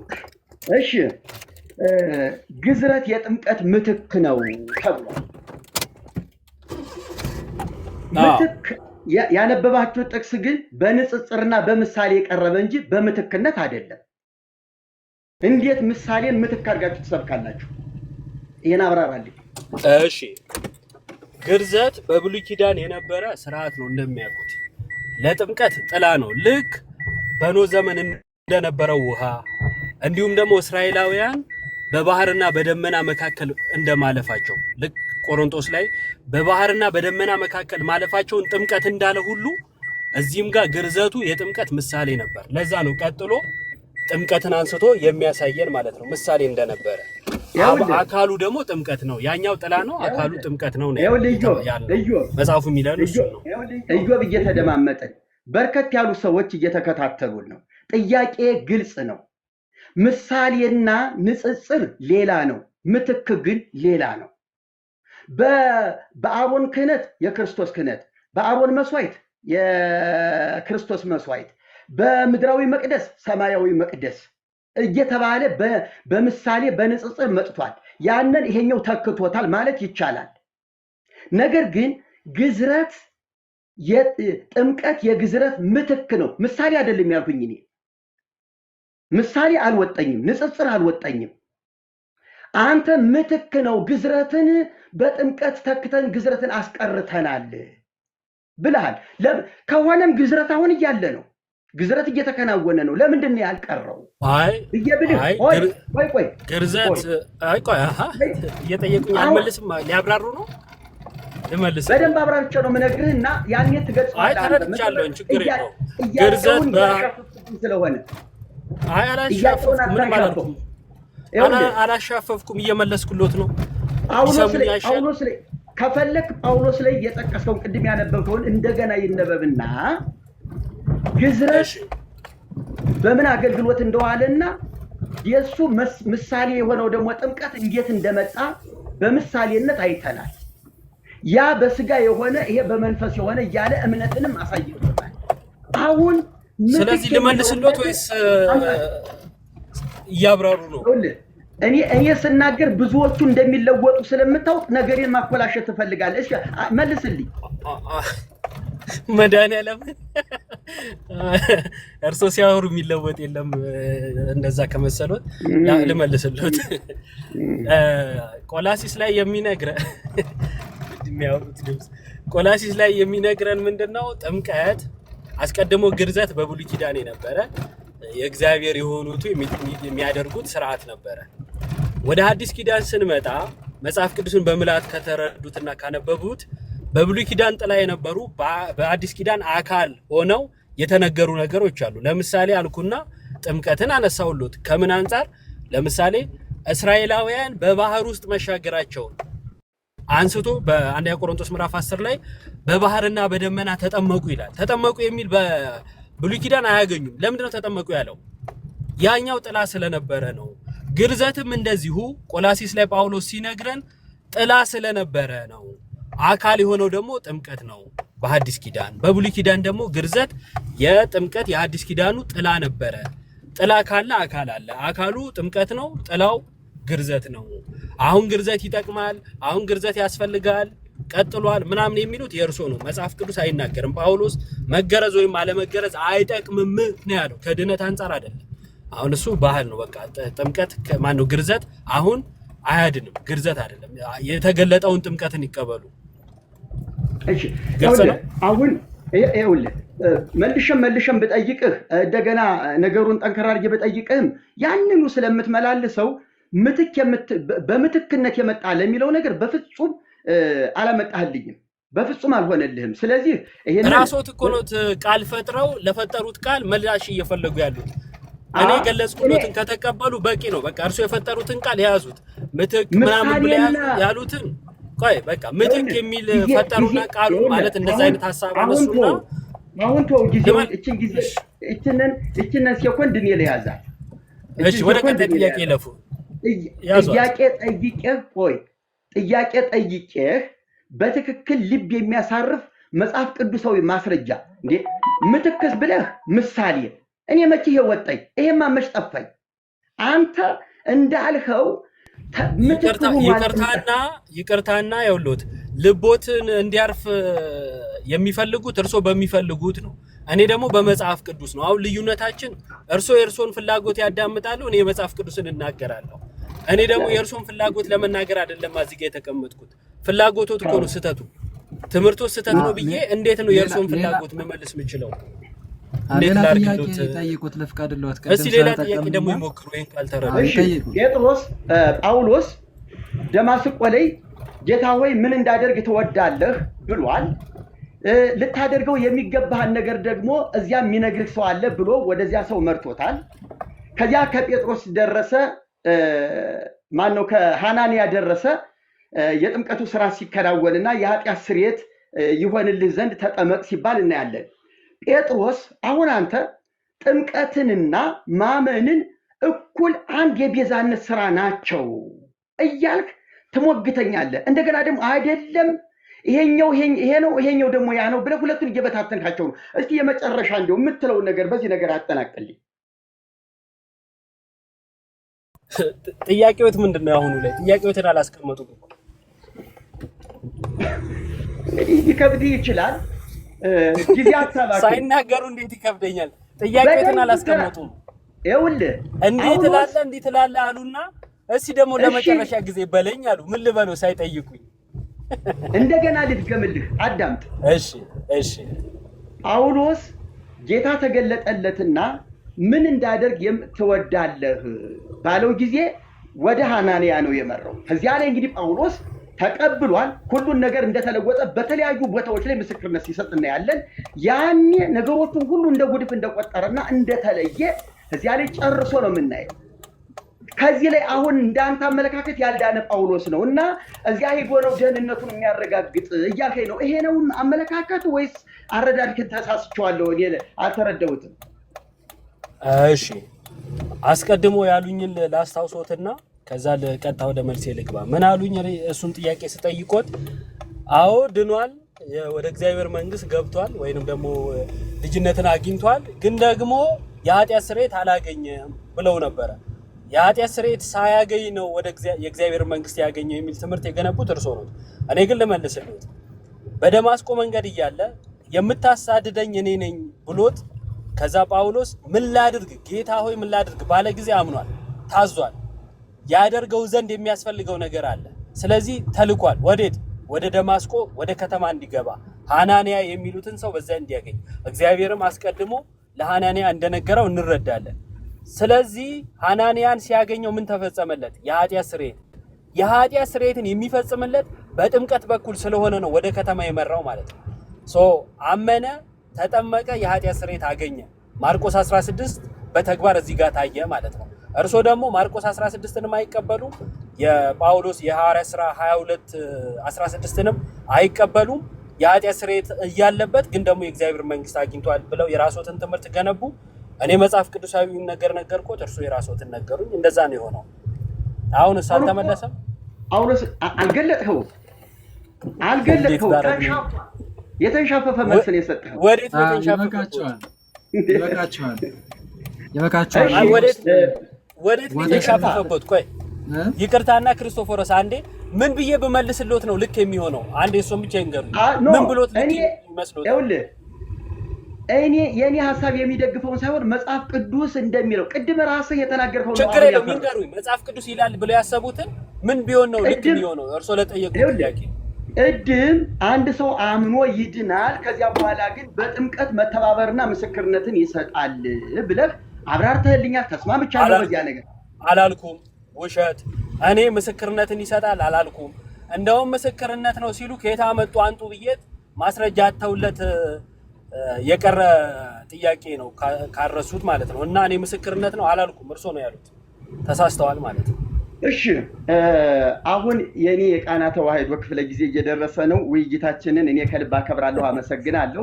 በአንድም በሌላም መንገድ ባንግባባም በሀሳቡ መግባባት ባይኖርም በጥሩ ስነ ምግባር እንደው አንዳንዴ መቼም ነሸጥ የሚያደርግ ሀሳብ ከናንተም ከኔም ቢመጣ ያለው ሁኔታ እንደዛ ሊፈጥር ይችላል። ግን ራስን በመግዛት የሄድንበት ከፍታ በጣም ለሌላው ጊዜ ደግሞ ሌላ አደብ እንድንገዛ የሚያደርግ ነው። ሁላችሁንም ግን ከልብ አመሰግናለሁ። በእውነት እግዚአብሔር ያክብራችሁ፣ ተባረኩ። እኔም አለመግባባት ይቻላል፣ መደማመጥ ግን በጣም ነው ታይቶበታል። የማመሰግነው። አመሰግናለሁ። እኔም አመሰግኖታለሁ። እግዚአብሔር ያክብርልኝ። አንድ ነገር ብቻ ልንገሮትና ለወንድሞቼና ለአባቶቼ ልልቀቅ። ያው ያነሳነው ሀሳብ ላይ የራስዎትን መረዳት ነግረውናል። እኔም ደግሞ በቤተክርስቲያናችን በኩል ያለውን በታሪክም በአባቶችም በኩል ያለውን አሳይቻለሁኝ። አድማጭ የተቀበለውን ያየውን አመዛዝኖ ይቀበላል። በእርሶ በኩል እንደ የመጡ ሰዎችም ካሉ የእርሶንም ትምህርት እኔ የሚያነሳውትን ነገር የቤተክርስቲያንን ይረዱታል፣ ያዩታል። ልሎት የምፈልገው ነገር ምንድን ነው? ወደ እኛ ሲመጡ በጣም ልክ እንደዚሁ ሰከን ባለ መልኩ የእርሶ ሀሳቤ ነው ያሉትን ነገር ሊያሳዩ፣ እኛም ደግሞ ስህተት ነው ብለን የምናምነውን ልናሳዩት ስለሆነ ባይጠፉ ደጋግመው ቢመጡ። ተሐድሶ ምንድን ነው የሚለው ላይ በጣም ጥያቄ አለን። ከዚህ በፊት በውስጥም ጽፌልዎታለሁ፣ ገብተው ማየት ይችላሉ። ከወራት ነው ወራት ምናምን ያልፈዋል፣ አመት አካባቢ ይሆነዋል ከጻፍኩልዎት ጽፌልዎት አውቃለሁ፣ አውርተንም እናውቃለን ከዚህ በፊት አይ ቲንክ በውስጥ እና እየመጡ ብናወራ ደስ ይለኛል። ተሐድሶ ላይ እጅግ በጣም ብዙ ጥያቄ አለኝ። ተሐድሶ ምንድን ነው ከሚለው አንስቶ እኔ ክርስቲያናዊ ነው ብዬ አላምንም፣ እርሶ ደግሞ ነው ብለው ያምናሉ፣ የኔን ደግሞ ይቃወማሉ። እንደዚህ ሰፋ ያለ ውይይት እንዲኖረ በቀናነት ቢመጡ ብዬ ጋብዞታለሁ። በውስጥም ቢያወሩኝ ደስ ይለኛል፣ ጊዜዎችን እንድናመቻች ማለት ነው። አመሰግናለሁ።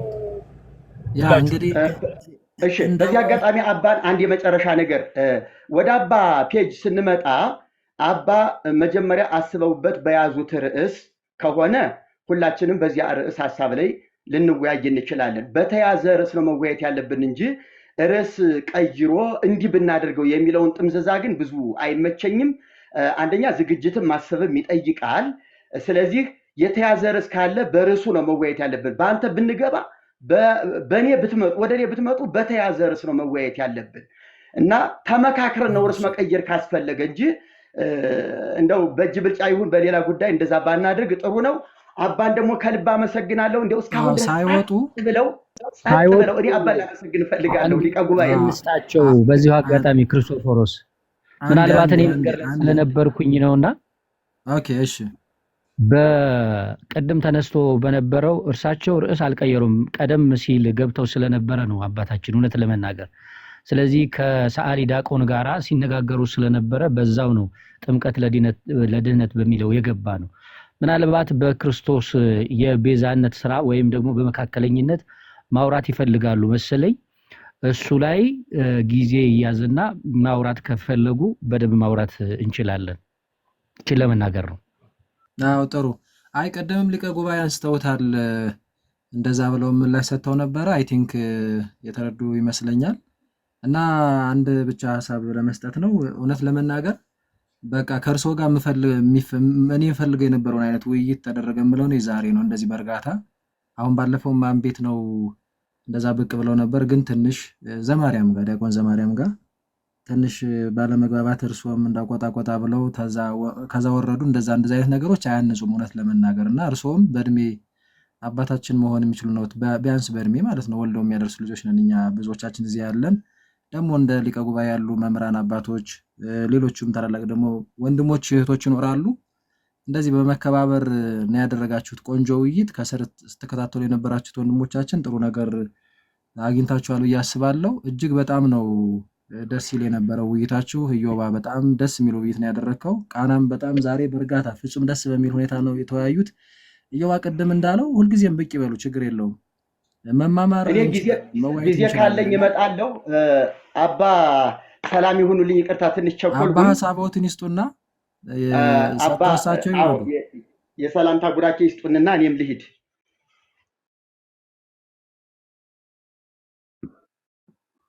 ይሰማሉ አባታችን?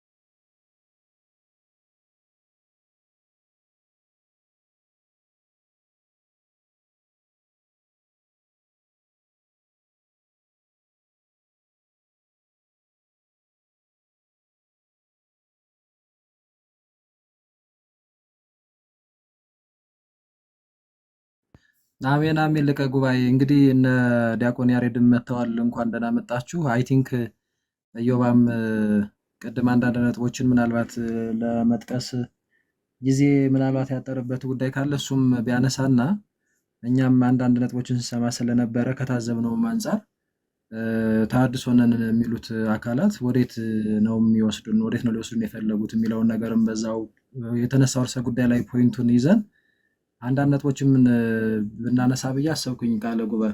ሊቀ ጉባኤ ትምህርቱ ላይ ማለት ነው በጣም የተንሻፈፉ ሀሳቦችን ሲያነሱ ነበር፣ ግራ የተጋቡ አይነት ነጥቦችን እና ሜይ ቢ ጥሩ አድርጎ ነው ኢዮባ አክቹዋሊ እንትን ያለው። ቀረ የሚባል ያን ያህል ላይኖር ይችላል፣ ግን የተወሰነ ደግሞ ብንማማርበት ነው ወይስ ሌሎቹ እየገቡ እንዋይበት የሚለውን እንግዲህ እነ ዲያቆን ያሬድም ኢዮባም ሀሳብ ስጡበትና እነ ተሜም ሌሎቻችሁም ብንቀጥል አሪፍ ነው። የማይወጡ ከሆነ እርሶ ይቆያሉ አይደል ሊቀ ጉባኤ?